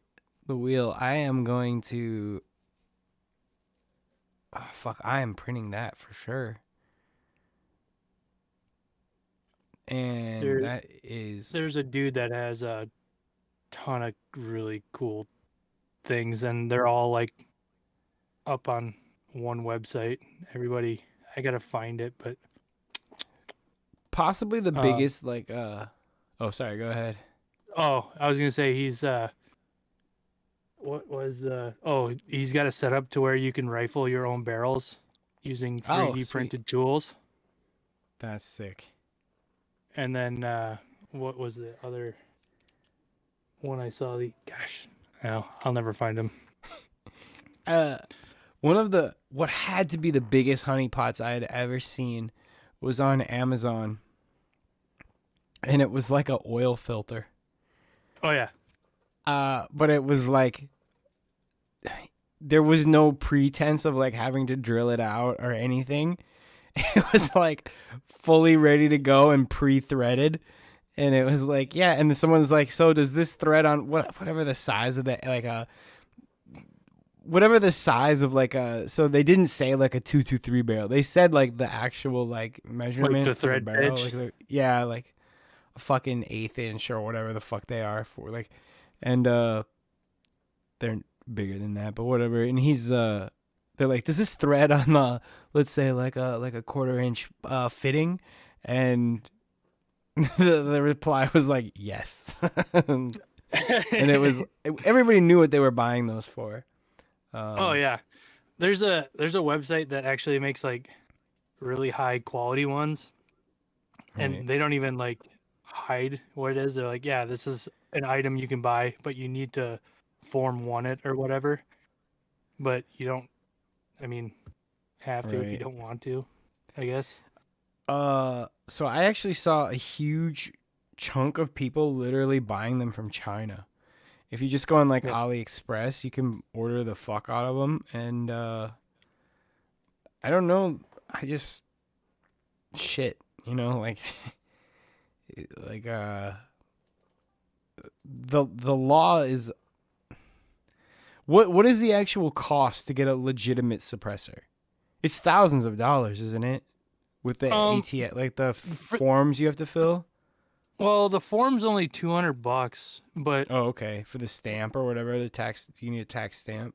yeah, you can either do a tax stamp or you can do what they call like a trust, and that way, like if like the ATF ever sees somebody using your suppressor, like that's like a federal offense unless they're on Right. your trust, and you can put like 250 people on your trust or whatever. But so if you wanted to buy like the only reason they're so expensive is like there's a lot of R&D that goes into them, like Right. because there are ones that like will explode with like the wrong rounds. Oh, sure. But normally they're kind of like the one my buddy built, like it kind of just blew the end off, and so there was just all these little baffles that went flying out like frisbees out of a shotgun, which is fine. Like Yeah, extra shrapnel. yeah, exactly. But like yeah, the only reason they're so expensive is because they use like high quality materials. Like a lot of them are made of titanium, and they make them serviceable because people want to spend this money and have a tax stamp for one and be able to like clean it and blah blah blah. But See, like, what's when you can what's buy the them for like point of all that? $50, what's that? What's the point of all that? I fucking hate law. You know, the more older I get, like the more I hate laws. Like, I can own this if I tell the government and give them money. But Yep. what's the actual difference if I own it or not? Like, it doesn't hurt anybody. It doesn't do like it's just so dumb. Yeah, it's fucking really stupid. I don't know what the difference is. I'm kind of a I mean, for the most part, a law-abiding citizen until it comes to like shit like Oh, that. I totally am, except I'm not. I only don't follow things that I can't, that my autistic brain cannot reckon with. So, like, for example, I will not obey school zone speed limits. So if I will caveat this by saying elementary and maybe middle school, okay, I'll do it because they're young and they're really dumb. If I drive by a high school and they want me to do 15 fucking miles an hour and it's like a 5-lane, like 40-mile-an-hour street, why am I going 15 miles an hour when those are goddamn adults? There's some of those people in there are fucking adults. Elementary school, it's like a block. Right. The high schools are so fucking big, it takes forever to do 15 down those streets. Huge. They're on main streets. They want us going 15 miles an hour. Look, if you're 16 years old and you jump in front of my car, I'm going to speed up because I need to eliminate you from the gene pool because you obviously are not going to be built for life. Like, I will not obey a school zone speed limit outside of a high school. I just will not. That's where you go to learn, and if you're not learning, then you shouldn't come outside those walls. Right. Welcome to the real world. Fuck. Get the fuck out of my street. See, I pay taxes. This is my street. Yeah, you're not even 18. You're not paying taxes on this shit. But it does always kind of fuck me up because some of those people there are legitimately 18 years old. True. They are legal adults. And why do I have to go 15 miles an hour around a bunch of legal adults? If we have to obey school zone speed limits, shouldn't there be bar zone speed limits then?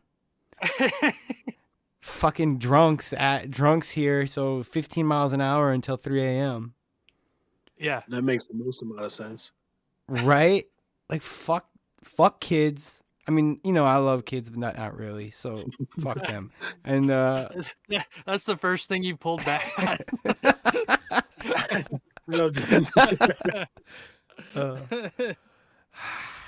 I don't actually like. I don't know. I don't hate kids, but I hate people, and it just bleeds into me hating kids. Well, yeah, because that little kid is gonna turn into a people someday, He's gonna grow up into people.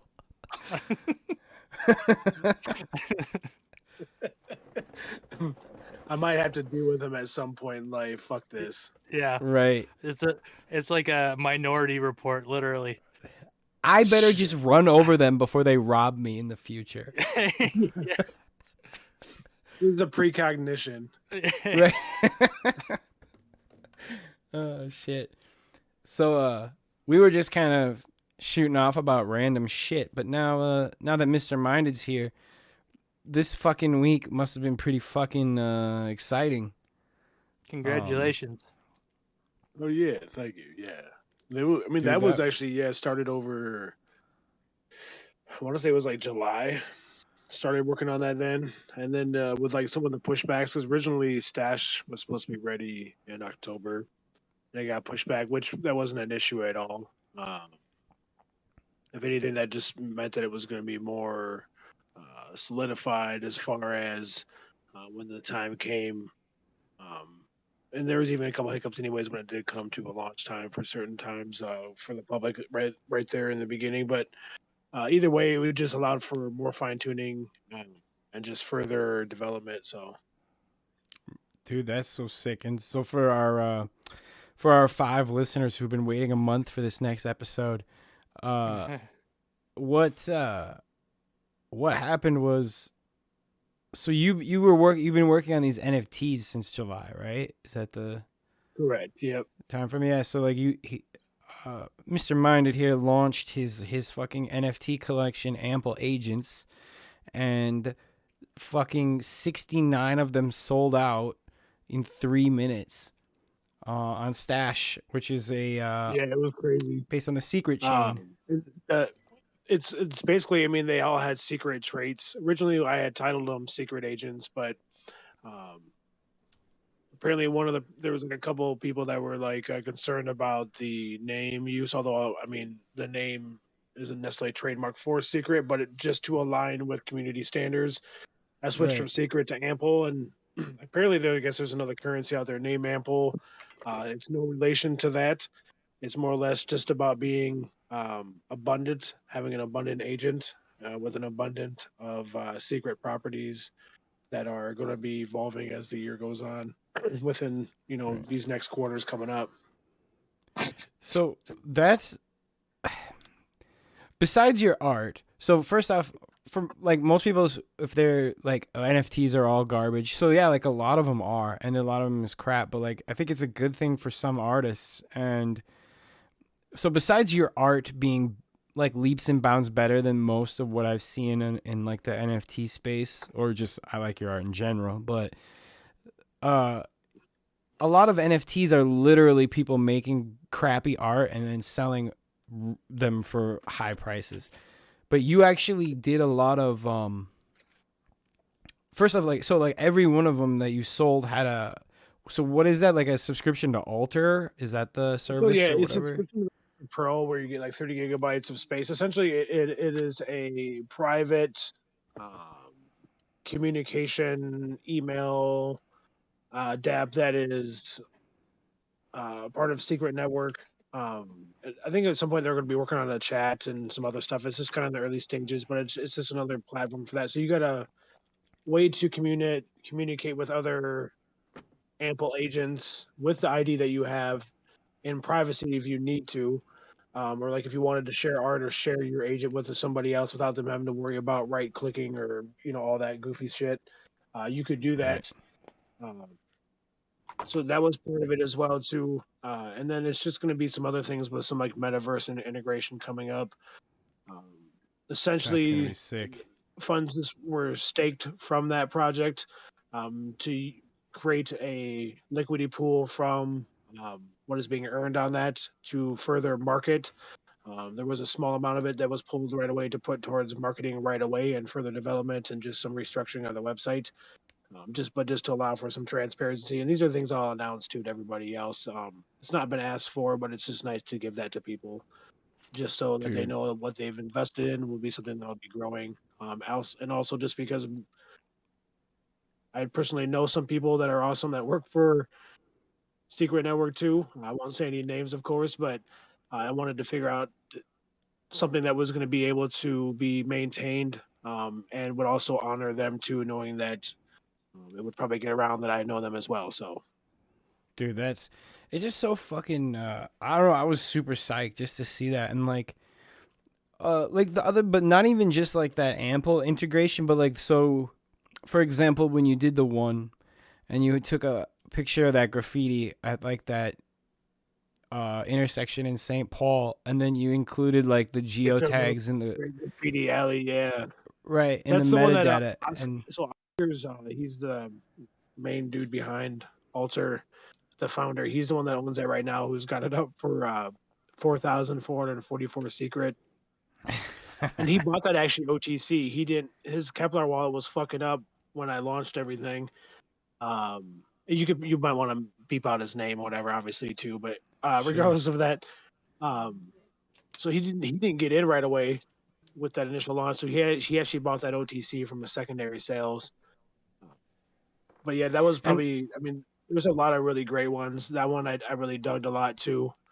Um, and I don't know if the one thing I did notice though was some people were having issues with the metadata. Like it would obviously read different from a PC to a say a Mac and a phone and whatever. Yeah, exactly. So there might be something where I'll have to figure something out to where I'll just unlock a lot of that stuff for them. I'll just, I'll number the agents and say, okay, this is what was in that metadata for them, you know, if they Because want it. Otherwise, you gave away I might like just use. original music on some, right? I did. So it was the ones that were like the Ample agency, little pixel, like it's basically a little pixel art depicting like the agency. And that'll be something where it might even be fun to do like a voxeled version of the agency to use in Sandbox and other like voxel metaverses.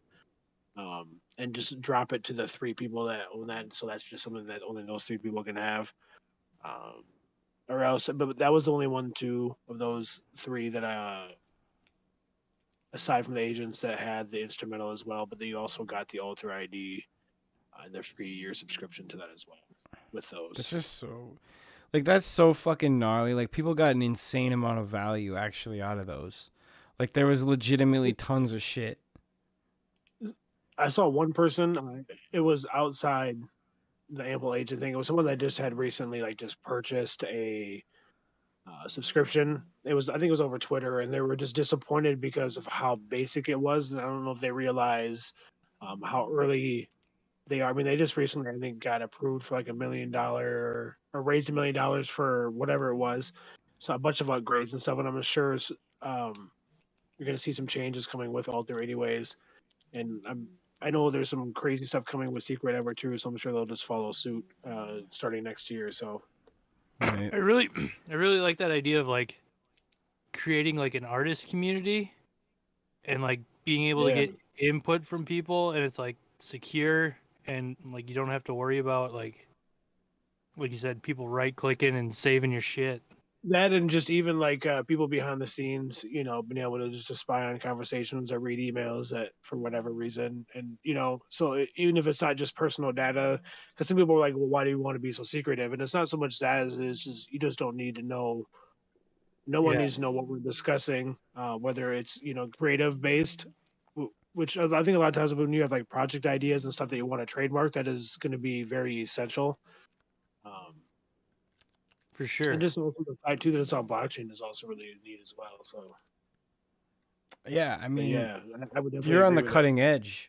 I mean, like people are giving NFTs a bad rap because they don't see the potential for everything that you're on. Like how do I say this? A lot of those other projects, they came in early, so they got their money for their little art project and their picture, but I don't feel like there's going to be some of them were held back because they wanted to sneak in some of the other ones first, or I don't know. Right. That's neither here nor there, I suppose. But Let's just say, being privy to certain discussions, I feel like some people were allowed to launch first in certain areas when they, just so they could get in and get their shekels. And there was a couple of projects that weren't whitelisted that got on there before others, and there were some people that were disappointed or upset with it. But I'm like, well, regardless of when, even if you have to wait a few extra days, I think a lot of it is just people are like they're ready to go and they just don't want to be sitting in that limbo. But it's like right. I would rather have it be right and be smooth than nothing else. And Right. just sitting there in the Discord thread after hitting the reveal button. And people were saying that they got theirs. It was only like the one or two people that had issues, and the one other issue was someone tried to mint purchase one that was grabbed at the same time by somebody else that they tried, so they didn't realize that it kept failing because of this, and they just needed to refresh their page and notice that. And then when they finally did, then they moved on and had no issues. But otherwise, I mean, a lot of that is obviously Stash app itself. Stash is being very fluent and very smooth running. And that just kind of lends to, I think, the methodical approach to who and when and what size projects are launching at certain times. Right.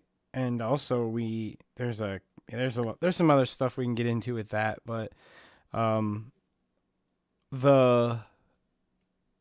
do I say this? I think a lot of those other projects they did their thing and then that's pretty much it. If they do anything else, they're just going to release more to try to make more money. But like you have like it's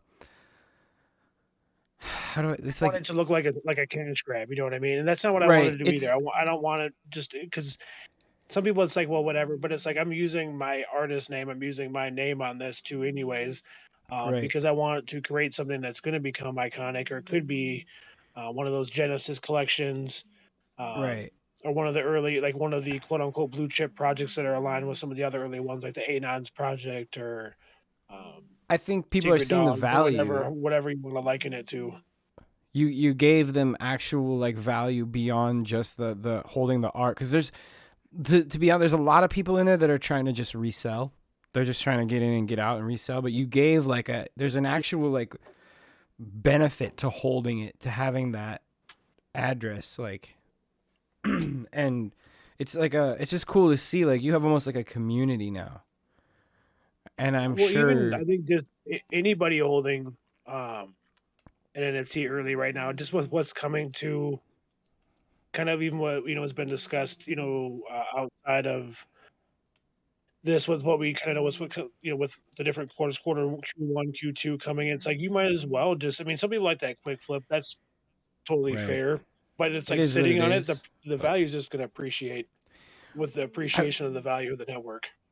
have you thought about like doing like secret, like not the chain, but like kind of like planning a drop that you're only going to do for people that are holding your NFTs? So that's where I wanted to do essentially like just a voxelized version of their agent. I don't know if I'll do 69 unique ones or if I would just do, let's say, 30, and it'll just be maybe two of each, and then maybe nine like super limited ones that can be they're already like sandbox integrated or with whatever other one. That was considered too, and also just even figuring out creating some that are only obtained through reward systems, like what we had discussed by staking, Right. um, and just obtaining it that way too, just to kind of keep it to where it's not always either you're going to get it OTC at a secondary price or you have to get it that way, just to kind of keep the rarity factor there a little bit too. I really wouldn't want more than 100 is kind of what was the plan. And right now, I think there's only like 71 out there, just with some of the couple of the lockable variants that I've seen. And I don't know if they're reselling those or not, if they're just sitting on them. And I think a lot of them are just sitting Right. on them because they know, like this I isn't think even like, I mean, this isn't even open to public yet. And once that happens, right. they might get a wave, and just kind of like with what happened with Solana, Board Ape Yacht Club, and all the other stuff. I mean, they have just projects Right. constantly launching that are just actually very well done, because people are like, we want to present something very well done on this network because of I what they're presenting. And when people catch wind of what Secret Network's doing, I mean, I think it's just gonna take off even that much more because of right. what they have for a use case and what you can do creatively. Yeah. And so what I think is a really good sign is there are very few people reselling or trying to resell what you've done, and the people that are asking fucking like minimum 10x markup. So Even like those guys are doing that too because they don't want to resell, but they just want to keep it right. there, like a showcase too. Like I know a Right. couple, like one of the guys, it was for another project too. He's like, I put it at that price because I don't want anybody to buy it. The one So at he's like, 30 don't. grand or whatever. Well, even like with some of like the dogs and some of like the anons or even like the redacted rabbits, I think there are some that are like crazily priced. But I think some people are doing that too because they want to hold it, but they want to just showcase it on Stash and not have to worry about Right. it being anywhere else. You know what I mean? It's like, Right. well, I got this. I want to show it off, but not sell it. But I suppose if someone did pay what they wanted, they would, there's nothing you can do about it because they could just go in and buy it anyways. But they set either a meme number or a number like, hey, this isn't really for sale. Right. But that's still so dope. It's got me Yeah. I had already been thinking about exploring NFT spaces, but like now I'm like for sure want to do something. Cause Man, like it was discussed, need a Heaven's Exiles, reboot. right, like That'd be dumb. the actual people that are like in the space doing cool shit legitimately is super small. So there's still time, like I'd say within the next few months to get something out and like really do it. I if I do it though, I want it to be something that provides value. Like some use case, some utility. right. Or it doesn't even have to be like anything technical, but like maybe like anybody who's holding it is like entitled, like if I do future shit I just drop randomly to NFT holders addresses or something, like benefits to holding it, like a reason to be the holder of it. Yeah, you could almost make like I don't want to say like a country club, but like a country club type of thing, like creating a space for people to get together. Right. Yeah, that would be sweet too. I think it's like Zombie Inu or Xenu is doing something where they're creating their own social network for holders specifically of that currency, to where if you're holding, it's almost, I mean, it's set up kind of like, I think it's designed to essentially look like the a blend of Facebook and MySpace, as far as like the aesthetic, but it's kind of cool. And I think people are asking for, like, you're going to do your own Discord or your own Telegram with all these projects. And then I've thought about that too as well, because that could be another place to have that community. But it'd be nice just to fine line it and have one main hub, and that's where I'm just kind of reserving that just to the Stash Right. community Discord thread, just so it's like, hey, go here for now. You're Because this is going whitelisted to be and the have best some place good to get information on contacts. everything. So if you're having troubles with Stash, you're already right here under the Stash umbrella. You know what I mean? So Right. I mean, that's kind of how Facebook got started. It was kind of like yeah, an exclusive thing. Like you had to know somebody that was there and verify a few things, and you know, and then you could get in, and it's like, oh shit, that's how it like blew up. You know, Right. You know what I'd that's a like to great do? point. So I would like to do something like I do an initial run of like 100 or 200 NFTs or something, right? But then Yeah. what I would do is like anything I made under that label, I would never drop another new NFT again. I would only distribute them to NFT holders. So, and then I'd probably And set that's commission or something if possible. yeah, there'll But be like, some things too that I was considering, is where um, if you're holding it, that's the only way to obtain something, whether or not they want to turn and burn it, or turn it in the terms of flipping. I mean, not so much. right. Maybe that's not the best word for it when it comes to flipping it with this, but turn and like make a profit. They could, but otherwise, it's like that's the only way you would get a version of that. And then it's just a way too for people to add more things if they are wanting at some point to resell it. Like, okay, I've got all Right. this included with it. I've got that voxel. I've got a few other things that are released. Even considered doing something where could mint some default things to where it's going to be just commissions. Some people were like, it'd be nice to have an actual painting on the wall of this. Right. So I thought, So, just finding other unique ways to, further grow it. right. So, like for me, I don't I don't know a ton about NFTs in the whole space, but one thing that I think bodes well for the future of them, and there's like a lot of pushback from people about NFTs right now, like they don't want them in their video games and they don't want them in there. And I can see why, but there are some good reasons why to hold it. So like for me right now, if I have a physical collectible, no matter what it costs me, I can go sell it to another collector, or I can trade it, or it has some physical intrinsic value. I can reproduce it digitally and it has no value. NFTs give you digital scarcity or digital value or digital rights. So you actually do have like there becomes a value to being the holder of it. And And especially if it's on a specific blockchain too, and not. I mean, right. obviously that's they're going to be Ethereum or something else. But that's part of it too. I mean, that's why they always said with some of those crypto punks, because it was minted so farther back and on some of those earlier blocks, that made the value of them even worth more too. Because that's just they were so far back or so old, however you want to word that. Right. That There's just just added to the value. It's definitely like a Wild West space, and it's easy to dismiss, but when you actually start getting into these tech, like I have a feeling that kind of Web3 NFTs, all of that is all going to be blockchain based. Cuz like Yeah. if this was fucking 1970 something, 1980 something, whatever, I'm showing you like whenever the HTTP protocol came out. If I start talking about that, it doesn't mean anything to you, but you know what a web page is. Like the entire world right now revolves around that protocol, but it meant nothing when it came out. Like, or it wasn't like, even when it came out, even when people were seeing the initial web pages, it was some text, honestly. Like they probably weren't imagining this exactly, but some people were. And then that's who struck, that's who has shaped the world, and I think it's going that way for sure. I just don't I don't understand enough.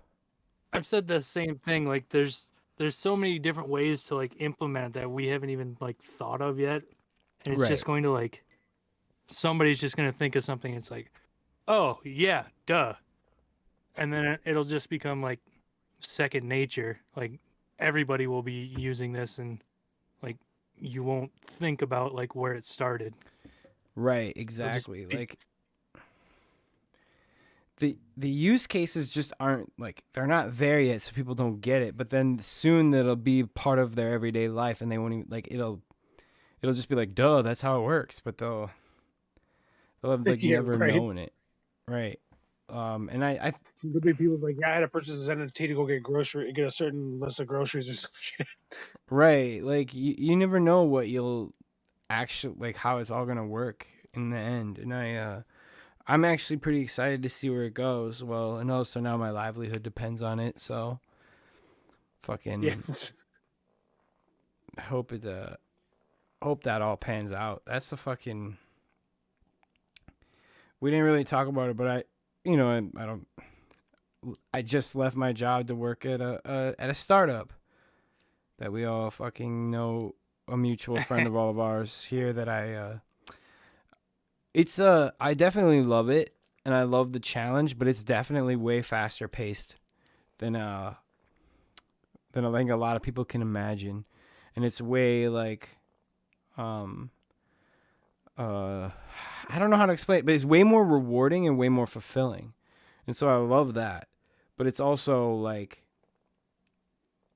legitimate things rest on my decisions and actions. It's like a lot of responsibility, I guess, too. It's really cool. It's really cool. But man, I fucking put in a lot of hours already. but I mean, you think about it, like that's what you got to do. I think you're in early enough that, I mean, maybe a few years down the road, it's going to be like, I can kick back and not worry about fucking putting in all the extra hours. I can have somebody else do it for me. Hopefully, You know? I think that unless I ever had like a windfall of fuck you money where it was like I had $1 billion, I don't know that I could ever rest. Like I always think I'd be doing something. I'd be investing in something, building something, like whatever, some new space or tech. There's always going to be a next thing. I mean, we're I never was going going to to be. say, with like how fast technology is moving, like, I mean, you don't really know exactly where this is going, but I'm going to guess it's a very good direction. And I think you'll be way better off than a lot of people, that never, Right. that, like you said, we're talking shit on NFTs or, different cryptos and different technologies in the cryptos. I mean, even like I'll talk shit about NFTs, but that's because I understand very well that there's actually going to be value to them, and they have a function, and there's like publicly verifiable proof of ownership and a chain of it, like that's going to be valuable in many situations.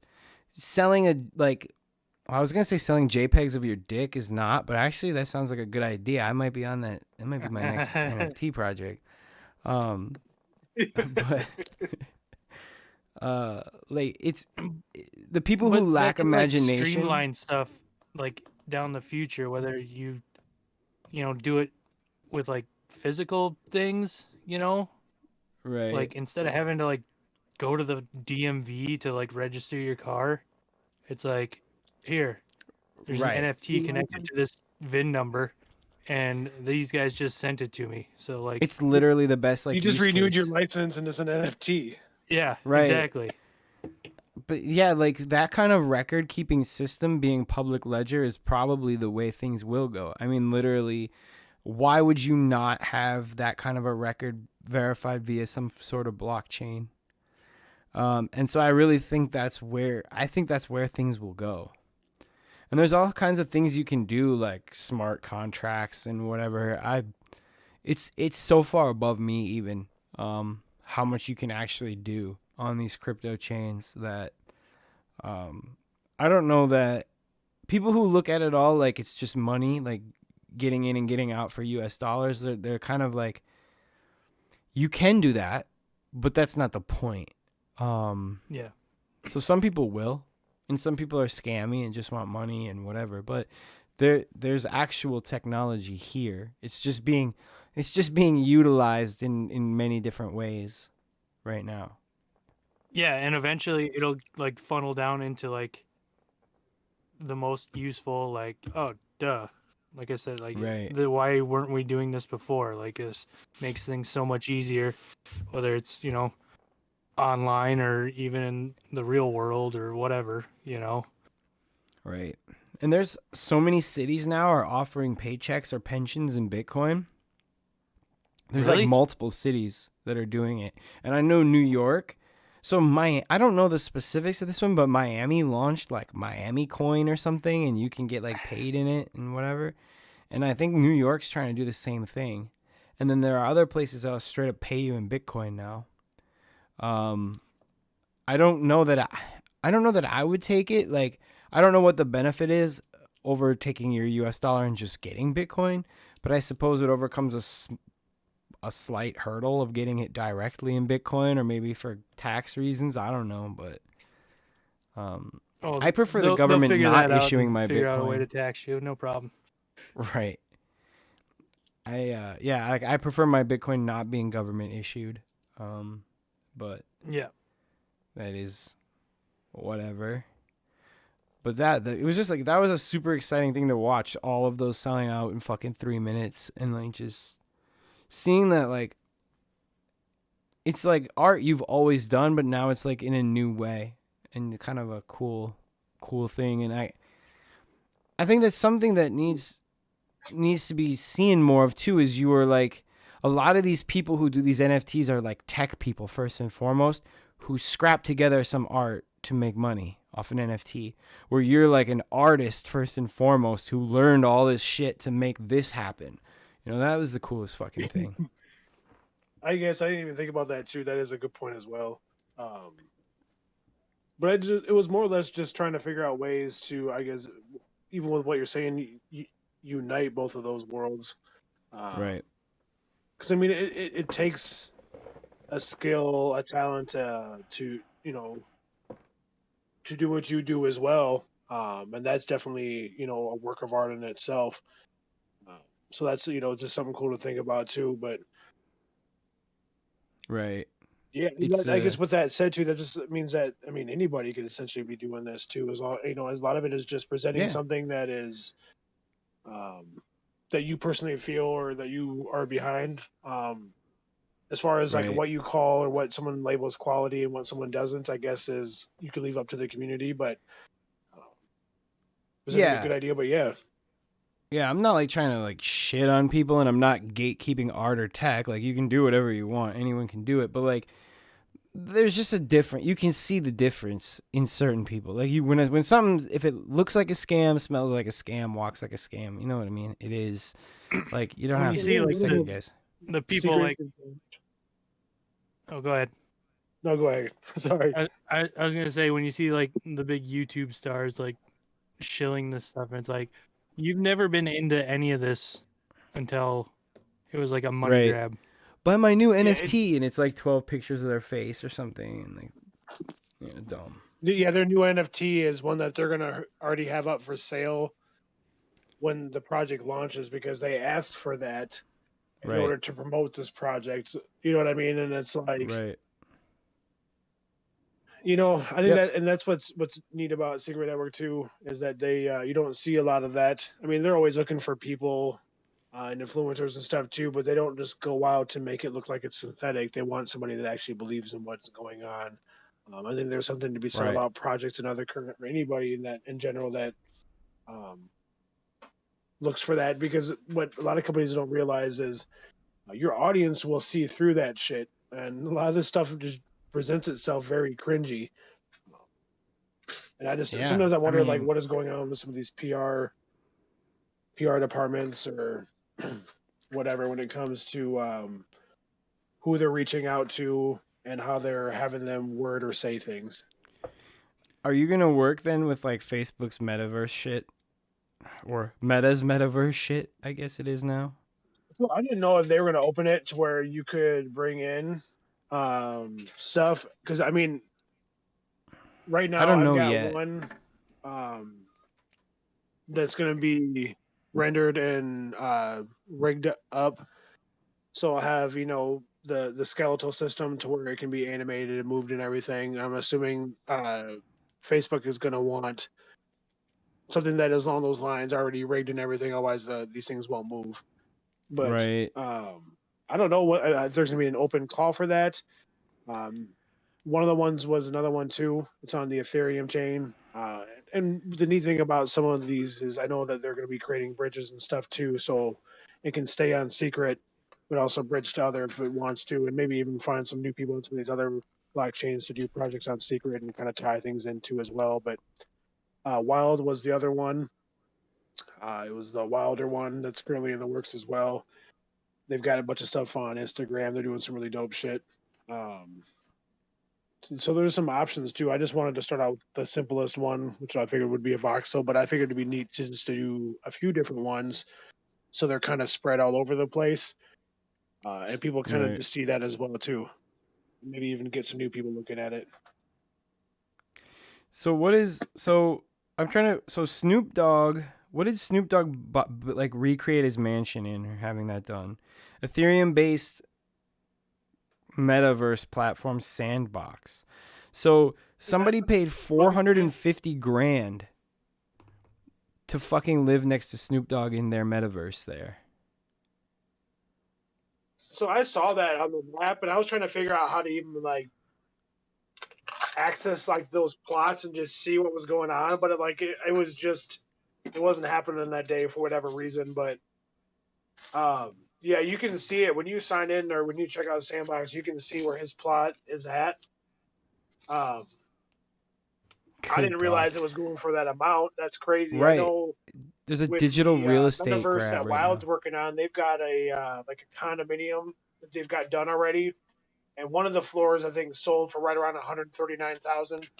I don't remember Good what that was. fucking Ethereum at God, the dude. time. People can buy houses in the real world for this shit in some places. That's what I'm saying. Some of these people have to be just sitting on like multi-millions of Ethereum, and they're just like, what is, Right. What can I blow my money on? That or this is like, yeah, it's just another investment for them because there's no way rational people are some of these spending people are 100 probably grand like, on a yeah, we're digital gonna turn place and to just flip live. this anyways at some point, and for now we'll just be a part of the hype. Right. That's my Which is, guess. whatever. It's a whole fucking flex in itself. So it's what what I mean. It's like if that's what you want to do, go for it. It's just gonna get people talking about it, and it's like and it's good for them too. So Fuck. That's Yeah. wild. Fucking, I can't wait to be standing in a digital bread line in the metaverse.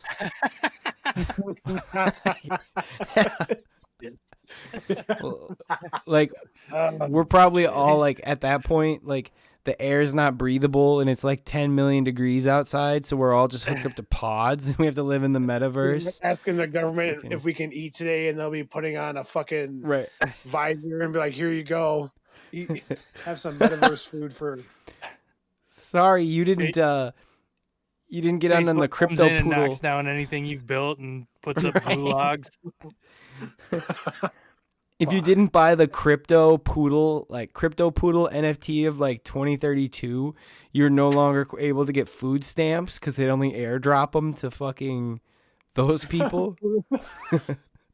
The fucking poodle holders, holy shit! Yeah. They create a whole new like class of people, like class warfare, Right. depending on I what can't- NFTs you have. If you can't pay the gas fee on transactions, they cut your food tube to your pod. You could geofence certain areas too, to where Yeah. if you tried to use that service and didn't own the NFT and it didn't register on that shit, it would never work. It's like like in a video game when you get to the edge of the map but you can keep seeing out but you're like not allowed to go through it yet. It's like you're fucking trying to go into McDonald's, but they've kicked you out for being on the other side. Yeah. Right over there. That's how you're stuck behind an invisible wall because you're not an NFT holder. And then you got people coming in trying to speed run it and clip through walls and Right. Oh shit! You have to fucking update the software on your up. pod. Like, if you don't update your pod software, you can't use the drive-through at Taco Bell. or you can't even just get like the special for the month either. Right. It could be that like, simple. Verify your companies will do that address. shit too. You got to buy the cheesy gordita crunch NFT in order Right. to buy a real cheesy gordita Well, crunch. Yeah, I was gonna say you have to have the fucking. You had to buy some Doritos NFT to get the one like the Dorito taco.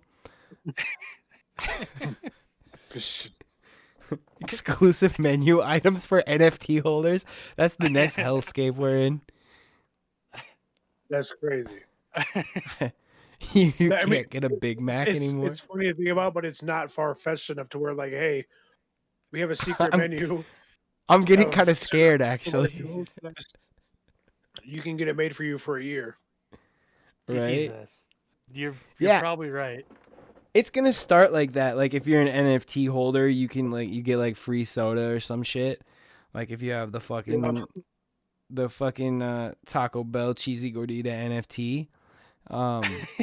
But then like it's gonna spread to where like you can't use the dollar menu unless you have the NFT fast pass or something. I've Dollar spent menu all is my for money on NFT holders. NFTs, and I can't afford to buy things on the dollar menu. I'm gonna try to flip some dollar menu items for some liquidy real quick. Right? You have to fucking sell your Burger King on the blockchain so you can fucking eat at a McDonald's. They won't let your kid into the play place. Oh, that's a whole different key in itself. Yeah. Oh shit. Well, I think the only thing you got to do is be the first ones to get on this shit. So when do we start? Yeah. Right. That's my goal is so when we're all hooked up to the pods that I have a mansion in the metaverse. You're right. Surrounded by your gun wielding robots. Right. I'm going to like be 90 feet tall, 7 tons, pure muscle. I just want to tower over the continent in the metaverse.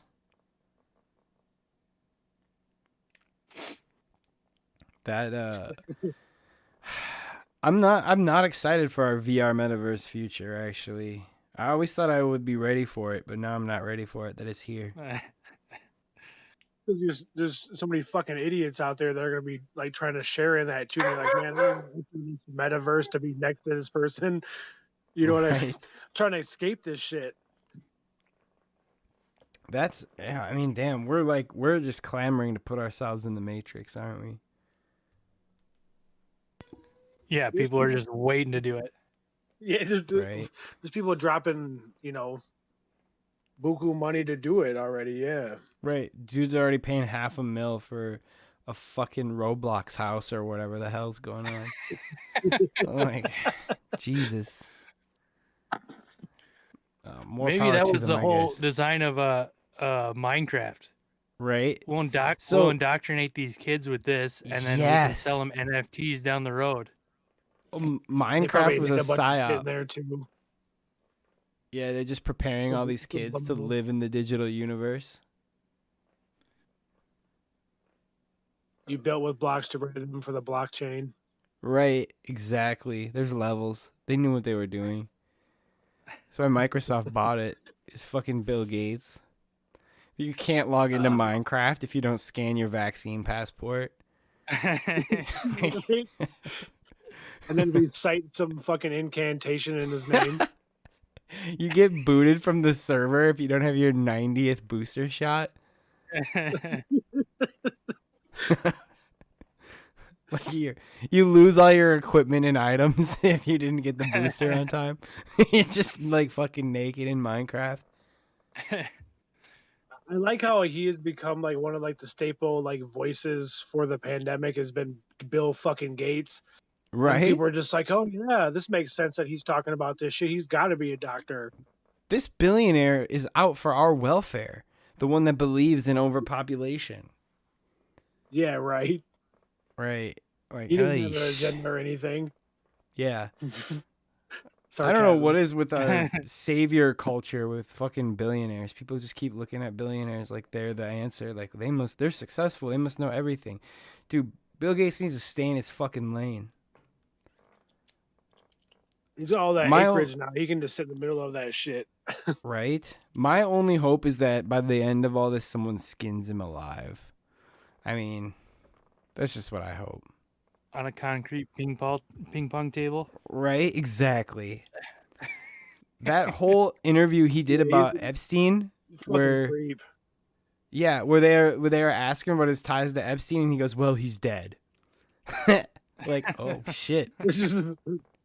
So let's Yeah, just I get don't know that if you out guys there and saw just that. make sure everybody knows that. Right. I don't know if you guys saw that, but it's fucked up. It was like a legit, like, I don't remember, like MSNBC or something. They were asking him about it, and they're like, "Well, he's dead, so whatever." Was it like shortly after that his wife filed for a divorce? Or It that was. was So it already, was this after? part of the whole rumor about their divorce is that it's something to do with asset protection, just in case there was fallout from this. I read From that the shit Epstein too. I trial? just didn't know if it was around, ironically, the same time, possibly too, so they Right. could further say, "Oh, this is why," and not to protect our assets. Right, because they made it seem like this big legitimate divorce, but I think the problem is she knew what the fuck he was doing with Epstein, and there's more. Okay, the Epstein story about pedophilia is, that is a horrific thing, and it's a big part of it, but not the real story, but they never touch on the illicit movement of money.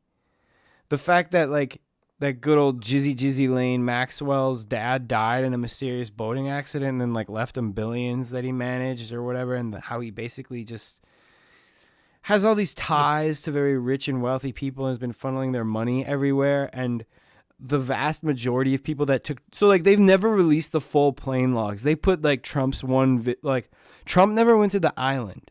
He took a plane ride with Epstein from Miami to New York. That's the only one. But they released that. I saw it And Clinton, like 2 weeks ago on Yahoo, and then they ran that story again like 4 hours later and removed his name from that. It was crazy. right. And Clinton went to the island. So like Bill's on the flight logs like 20 some times or whatever, and he fucking went to the island. But what they haven't released is the massive amount of scientists and like deans of like biomedical engineering departments and like all of these fucking colleges that were on there, like huge swaths of people in tech and science were on the plane with him, and Bill Gates included, with all his creepy vaccine and farmland buying. There's like all this weird talk of like depopulation and gene editing and blah blah blah. And it's really all convenient that Epstein dies and then this all happens, and He could hide Epstein on that fucking land and no one would ever know. right. Did you see the Ghislaine trial thing? All the guilty verdicts or whatever. I had the article pop up, but I didn't read it Yeah. yet, that she was guilty. The interesting part about trafficking or that is I think the judge sealed a ton of information, so Right. it'll never come out. Isn't he? Some was telling me he's an Obama era fuckboy. Yeah. Yep. Right. Yeah. There's a whole bunch of that, and the well, we could get into it next time. So like, there was a bunch of tapes missing from the first. So the FBI seized a bunch of videotapes supposedly in like 2008, and those are missing and never been returned, and no one knows where they are. And there was a lot of camera equipment on the island, so there's a really good possibility that there's a lot of incriminating tapes. Right. But I do have one theory on who took them. And I think it might have been Michelle Obama. Oh goddamn. Yeah.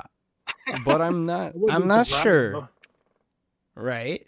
So I'm wondering who she got tapes on and what she's bribing them for. Or they got tapes of her whipping out her big dong.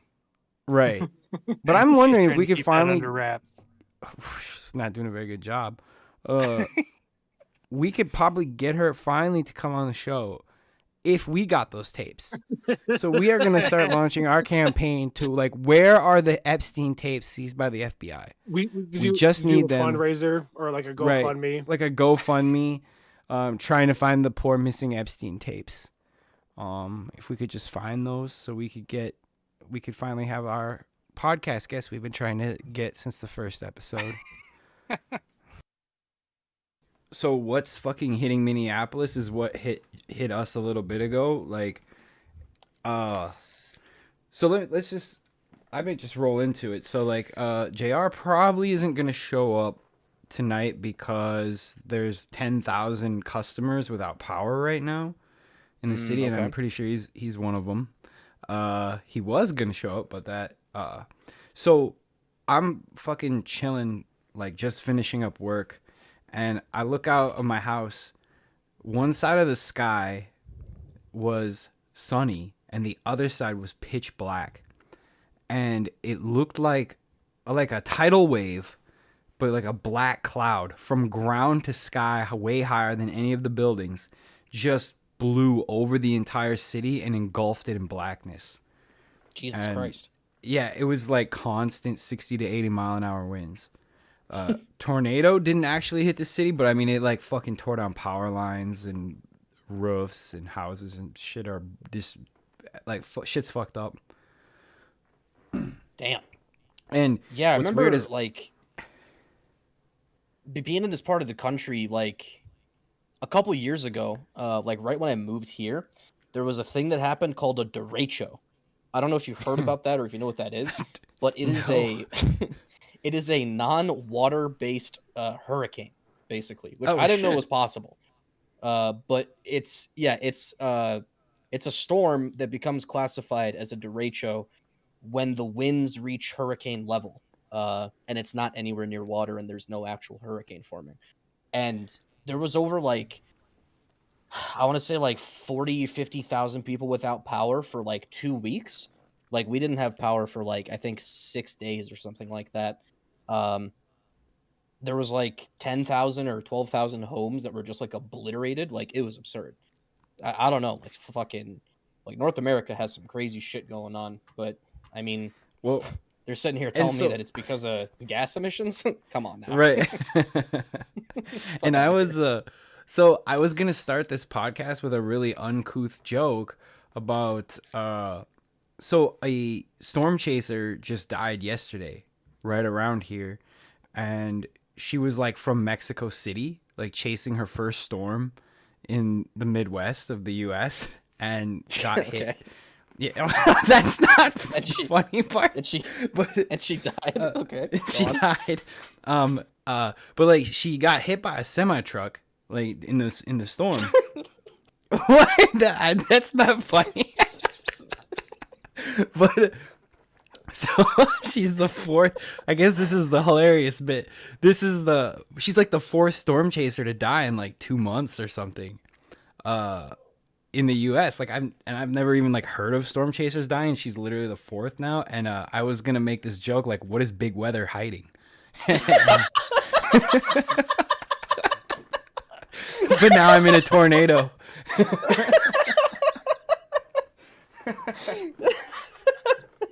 Okay, that is a lot funnier.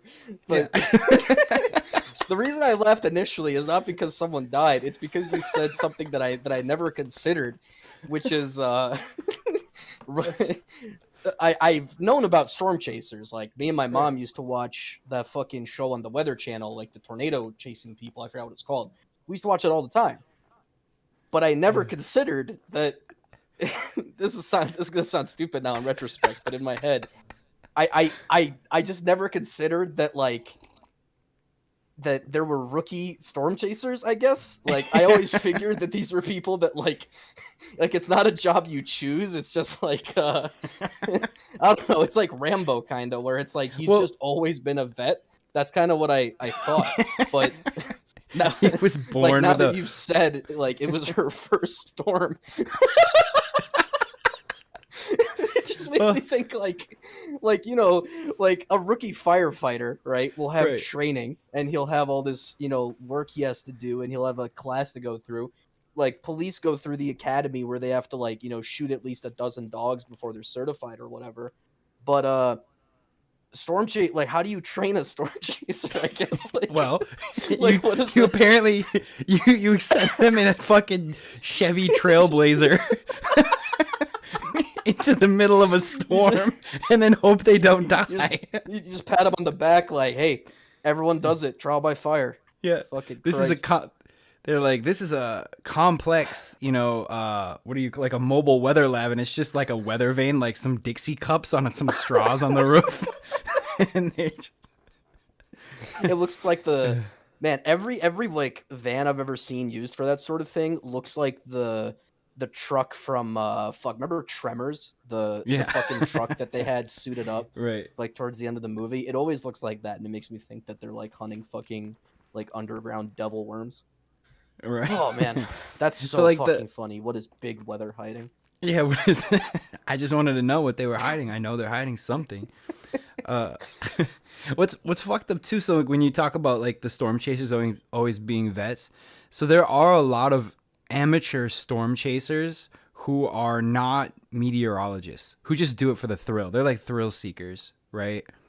The 4 that died this year are all actual meteorologists.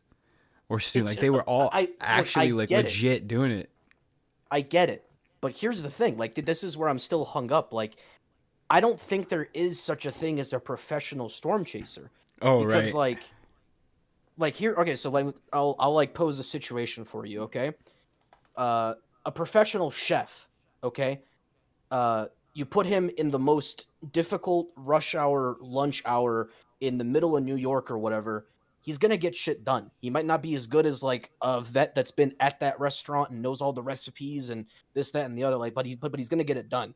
You know, a professional MMA fighter. You put him in front of, you know, a bunch of dudes that like don't fight professionally, but you know, like anyone else would get fucked up. He's gonna hold his own. Anybody, I don't care who it is. If you put them in a tornado, it doesn't matter what their fucking accolades are. They're just gonna die because it's a fucking tornado. That's like, oh my god, did you see this this article that came out of Florida? Hold on, let me find it. Hold on. Okay, so this wasn't anything recent, but I just got reminded of it thanks to Twitter. Do you remember Hurricane Irma that happened back in 2017? I don't know if it was Trump or some other news outlet or something like that. Was this the shoot the guns at the hurricane thing? Yeah. I found a video of people firing weapons into the hurricane, and now that's what I'm thinking when I think professional storm chaser. Is it's a dude that has just like a fucking 1911 strapped on him, and he's like, "Hey man, just in case it gets, you know, dicey." Oh, holy shit! It's That's tornado so season all the time here. Oh fuck! Yeah. You don't need a license to hunt what we're hunting. Yeah. Yeah, dude, fuck, dude. Yeah, so that was the that was the grim way I was gonna kick this off. So no, that's perfect. Yeah, a lot of do you think when you were go ahead. No, I was just gonna say, do you man, sometimes a thought will flash through my brain and I'll begin to articulate it and then realize that it's like it came in inverted and I have no way to get it out. I was gonna say something along the lines of do you think when the earth was still Pangea that we had people like I don't even know where I was going with it. It was something in my head. I don't fucking know, bro. I miss Pangea. That shit was hype. Yeah, dude. Were there tornadoes at the time of There had to have been, dude. Oh, for sure. Fuck, dude. Pangea would be that'd be a wild time. It would. Imagine just driving from Washington State to fucking like Peru, and just Right. showing up like 3 weeks later. God, that would be so tight. I can't wait till we return to Pangea. I think that's the natural course of the Earth.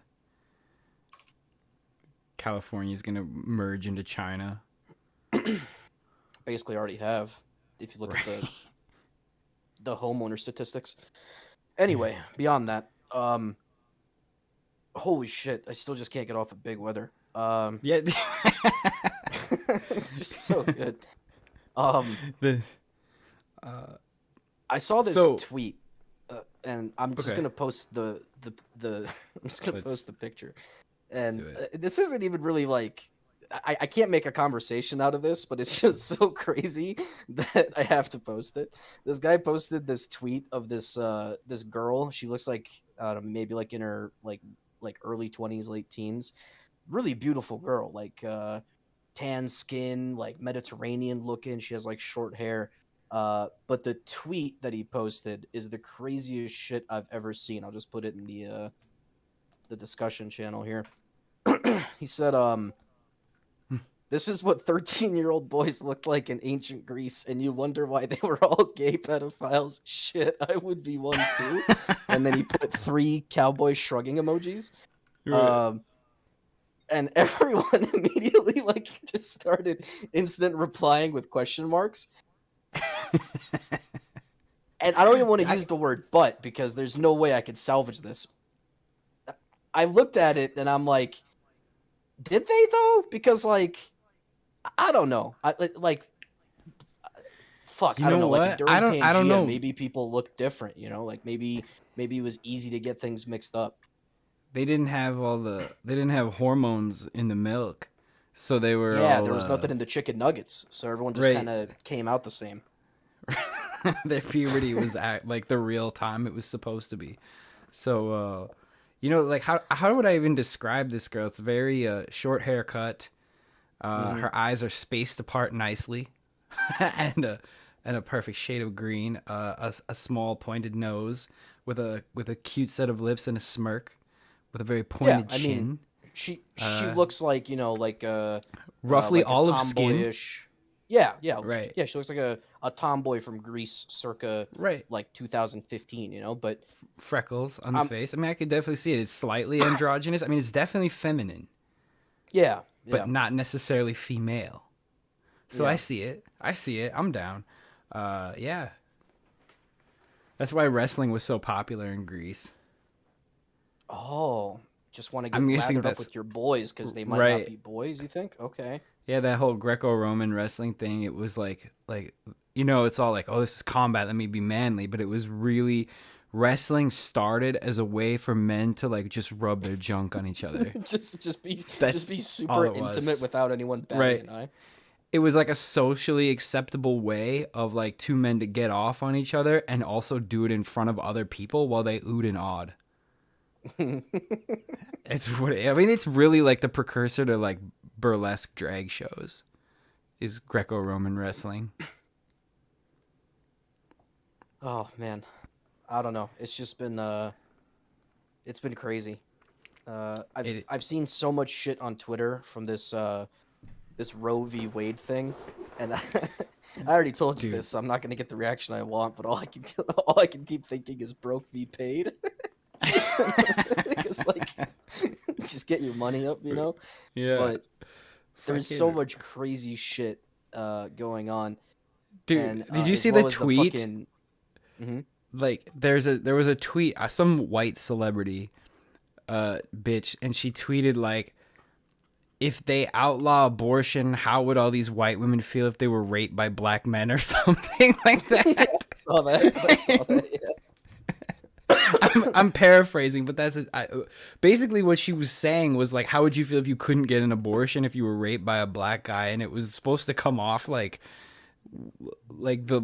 it was supposed to come off with all the sensibilities she thought she had with her left-wing allies, and like it was possibly one of the most racist things I've ever heard in my entire life.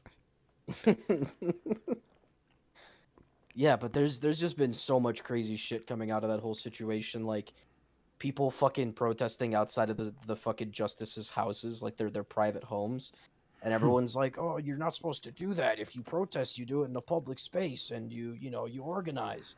That is a And all I public can sit here and space. think is like, if you've ever physically signed up for a protest, you're the dumbest person on the planet. Like, I'm not saying don't protest. I'm saying if you attach yourself to something like that and you make it like uh, an aspect that like can be traced down and followed back to you, that's when you're fucking dumb. Do you think they fucking signed up on January 6th? No, those people just fucking Right. had a mutual agreement to go in there and fucking steal candy out of Biden's drawers. Like that was all it Right. was. No one signed any fucking papers. You should never consent to the terms and conditions of the people that you're trying to overthrow. Right, exactly. It's a there's it's gonna be a fun world, I think, coming up here pretty soon. I'm getting pretty hype. I just bought some emergency rations in case I can't leave my house. That's and good news. Yeah. been stockpiling water because like I just I see the insanity. Like I don't have a stance on Roe v. Wade that's worth. So, like I'm always pro freedom, whether Yeah. I agree with it or not. So like Yeah. I'm all for people being able to do it, but I'm not about to put my I'm not gonna put my life on the line for this, I guess. Mm-hmm. But I don't mind if they burn down a couple justices' houses. You know what I mean? That's fine with me, No harm, no foul. Yeah. right? Well, I mean, I even if there really- is harm, no foul, I would say, because Right. I think if you, man, how do I say this without getting on a list? Do it. I feel like if you hold a position of power in the U.S. government for more than 15 years, you should be cut down and Executed. harvested into glue. Right. Exactly. Like, yeah, like Yeah. there should be no remnants of your corporeal form left, and all your actions should be stricken from the record. Yeah, it's just weird that so many of our politicians are like these lifers that are in their 60s and 70s who would be generally unfit to. I don't want to come off as wrong because actually, like the village elder is like a human tradition, right? So it's not saying old people are incompetent, but like all of these 70-year-olds making all of the laws that Yeah. govern us, and they're all lawyers and they're all multimillionaires. There's also an aspect to it where the village elder used to smoke ayahuasca and then tell you what to do. So, I mean, maybe if we brought some aspect of that back. I mean, they're probably Right. all high as fuck anyway. They're on opioids just to Or not it's probably feel just their cocaine legs falling mostly. apart from the arthritis that they're suffering because they smoked bad crack in the 80s. But yeah, I don't know. Like my senator that I have a senator in my state that's the oldest serving senator, and fucking Chuck Grassley. He's 95. That Jesus dude is Christ. 95 years old, and he's It's a walking he's corpse. he's a serving senator. Yeah, he looks like fucking who the fuck was the prince that just died? The motherfucker that looked like a Draugr from Skyrim. I can't remember what his fucking name was, but yeah, dude, like there should be a hard cutoff. If Right. there's a hard cutoff one way, there should be a hard cutoff the other way. Yeah, like you shouldn't be too young. So I don't really mind like the 35-year-old cutoff or like starting point for being president. Yeah, I 'Cause, think like, that's fine. Yeah. If we start voting in like these fucking like 18-year-old big titty TikTok girls into being the president and shit, we're gonna have you know what? We probably won't have as many problems as we have now, to be honest. Yeah, I was gonna could say it be can't about get the much same. worse. Like if Yeah, Belle it's- Delphine just decides to like annex Canada, I'm with it. You know, like as Yeah, long that's as actually kind of she keeps selling the bathwater, I'm down. Yeah, dude. She might even like start installing gamer girl bathwater plants across the U.S. Okay, that's actually a Oh, platform shit. I'm down for. Okay, So, like, yeah, I'm actually with this now. What was I gonna say? Do you remember a few years back? This is gonna be hard to explain in full context. Before the Trump election happened, it was like late 2015, early 2016, I think. I posted to Facebook back when people still used that fucking godforsaken application. I posted a timeline I created that was a a like a makeshift timeline of Trump winning the presidency. So, like, just first off, I called it, but it was a joke. So Right. fuck me, I guess. But it was Trump wins presidency. 6 months later, annexes, or no, not annexes Canada. No, sorry. Trump wins presidency, blah, blah, blah, blah, blah. Wins second term, blah, blah, blah, blah, blah. He repeals the amendment that allows you to only serve 2 terms, wins the third, like, unanimously, blah, blah, blah, blah, blah. Annexes Canada, starts World War III, wins versus China. And eventually it slowly escalates to him becoming the God Emperor of Mankind from 40K. And I think we've talked about that specific scenario before, but I saw I saw another thing that was similar to it. I'm gonna see if I can find it. Yeah, here it is. It's kind of hard to translate this into podcast form, but someone on Twitter created a timeline of what the next few years is going to look like. So Biden dies at 23, Kamala serves till 28, Ron DeSantis takes over and serves 2 terms up to 2036. In 2040, a young Republican named Victoria Cortez takes over, serves 2 terms. Amir Xerxes, the first serving president of the futurist technocratic faction, the Futurist Party. His slogan, "The best is still ahead, secure the American castle," oversaw the beginning phases of World War IV, early American military mobilization, Great Floods of 2063. Fun fact, he is one of only 2 presidents to have to be restrained by the Secret Service after an assassination attempt failed, and he beat the shit out of the assassin. And then eventually, this is all a big joke where in 2104, Bernie Sanders ends up finally winning presidency. But I looked at this and I thought of that, and I'm like, man, it would have been so much cooler if he did have like some crazy master plan, and instead of posting on Truth or whatever the fuck now, he actually like did something extraordinary. Right. I saw a meme, not quite. So this is a very detailed. Somebody went in depth with this timeline, but I saw a guy post one a ways back, like I want to say 2 years back almost, and it was so this was pre Kanye getting divorced. Okay. And it was like in the year 2024, after both Trump and Kanye's wives have divorced them, they run together on the best power ticket ever, and it was like a Kanye Trump 2024 ad for them running for president, and that person I think has predicted the future. I feel like that's gonna happen. I think we're in for the Trump Kanye ticket in 2024. Look, I'm not. I did just recently become a citizen, so props to me. I'm gonna leave to Japan as soon as I possibly can. But beyond that, if I had a cheering soundboard, I would have played it right there. But I don't. If Kanye West is on a ticket, an actual realistic 2-party ticket, at any point in my life, he's getting my vote. I don't care what party it is. I don't care. I don't care what. I don't give a fuck about anything else. Okay, I legitimately, he could force me to serve in the great salt mines of fucking Europa. Okay, and I would vote for him because College Dropout was top 5 albums all time. So, it's just, man. Speaking of Kanye, I wanted to save this for a bit later, but I'm working on a new show. Or a new skit, I guess, for the show, and it's not quite my magnum opus. I do think I still prefer fucking Young Money or I'm Funny, or I missed the episode with Riff Raff or I'm Trash, which made me fucking giggle like a schoolgirl when I was listening to it. It'll But come back. I do have a new one for you. It's still being workshopped, so I don't have that many things, and it's gonna go a lot quicker too, I think. But it's it's called Yay or Nay.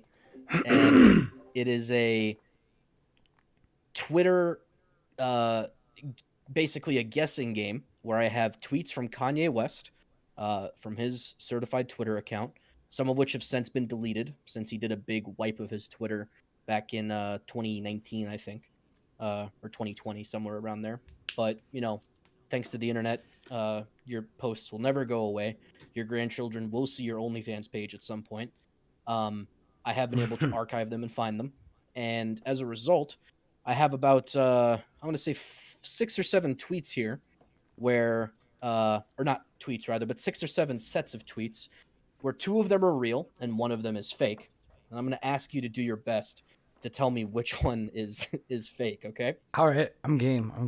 All right. So this is going to start out pretty tame, but it gets a little weird. All right. First tweet. All caps for all 3 of these options. Winning is the only option. Okay. Second tweet. Ha ha, I got my Twitter back. Skiing emoji. Third tweet. Woo! All caps. Skiing emoji. Number 1 is fake. Number 1 is real. God damn it. He did not.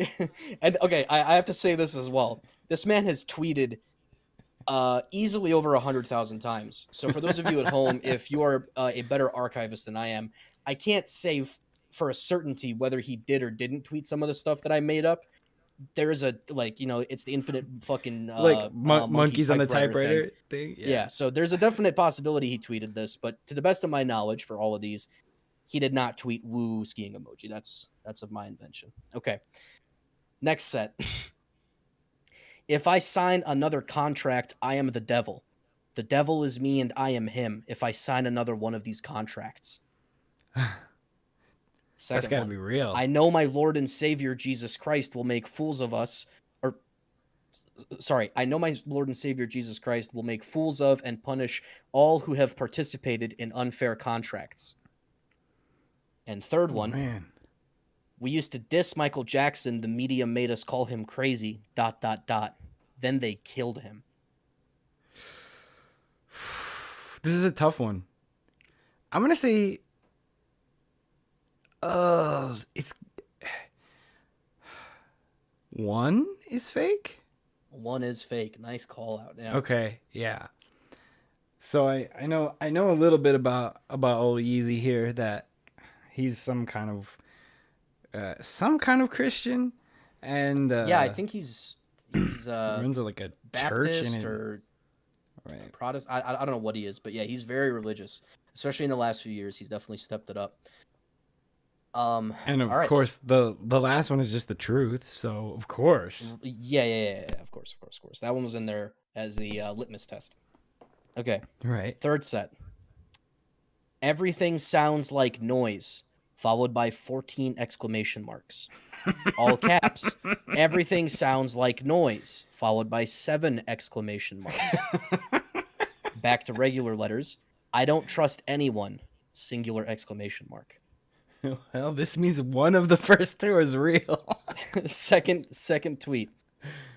Is it wrong to wear a Chanel dinner jacket with a t-shirt to the airport if it's still breakfast time out here in Singapore? Ugh, too late! Exclamation point. Wait. My bad.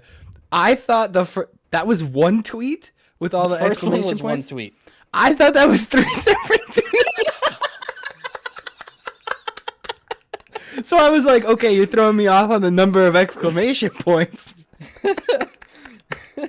Here, maybe this will be better. So I'm gonna post these in the discussion channel so you can get a better glance. No, okay? that's so fucking sick. Okay. So of course I'll still read them out. Okay, so number 1 again. Everything sounds like noise, 14 exclamation marks, all caps. Everything sounds like noise, 5 exclamation marks, or 6 or 7, I can't tell. And then last one, I don't trust, or not last one, but I don't trust anyone. And that's the end of the tweet. Second tweet. Is it wrong to wear a Chanel dinner jacket with a t-shirt to the airport if it's still breakfast time out here in Singapore? Too late, with exclamation mark. And third one. God, I hope that one's real. All caps. Abu Dhabi do, 2 exclamation marks. Flintstones, all exclamation marks.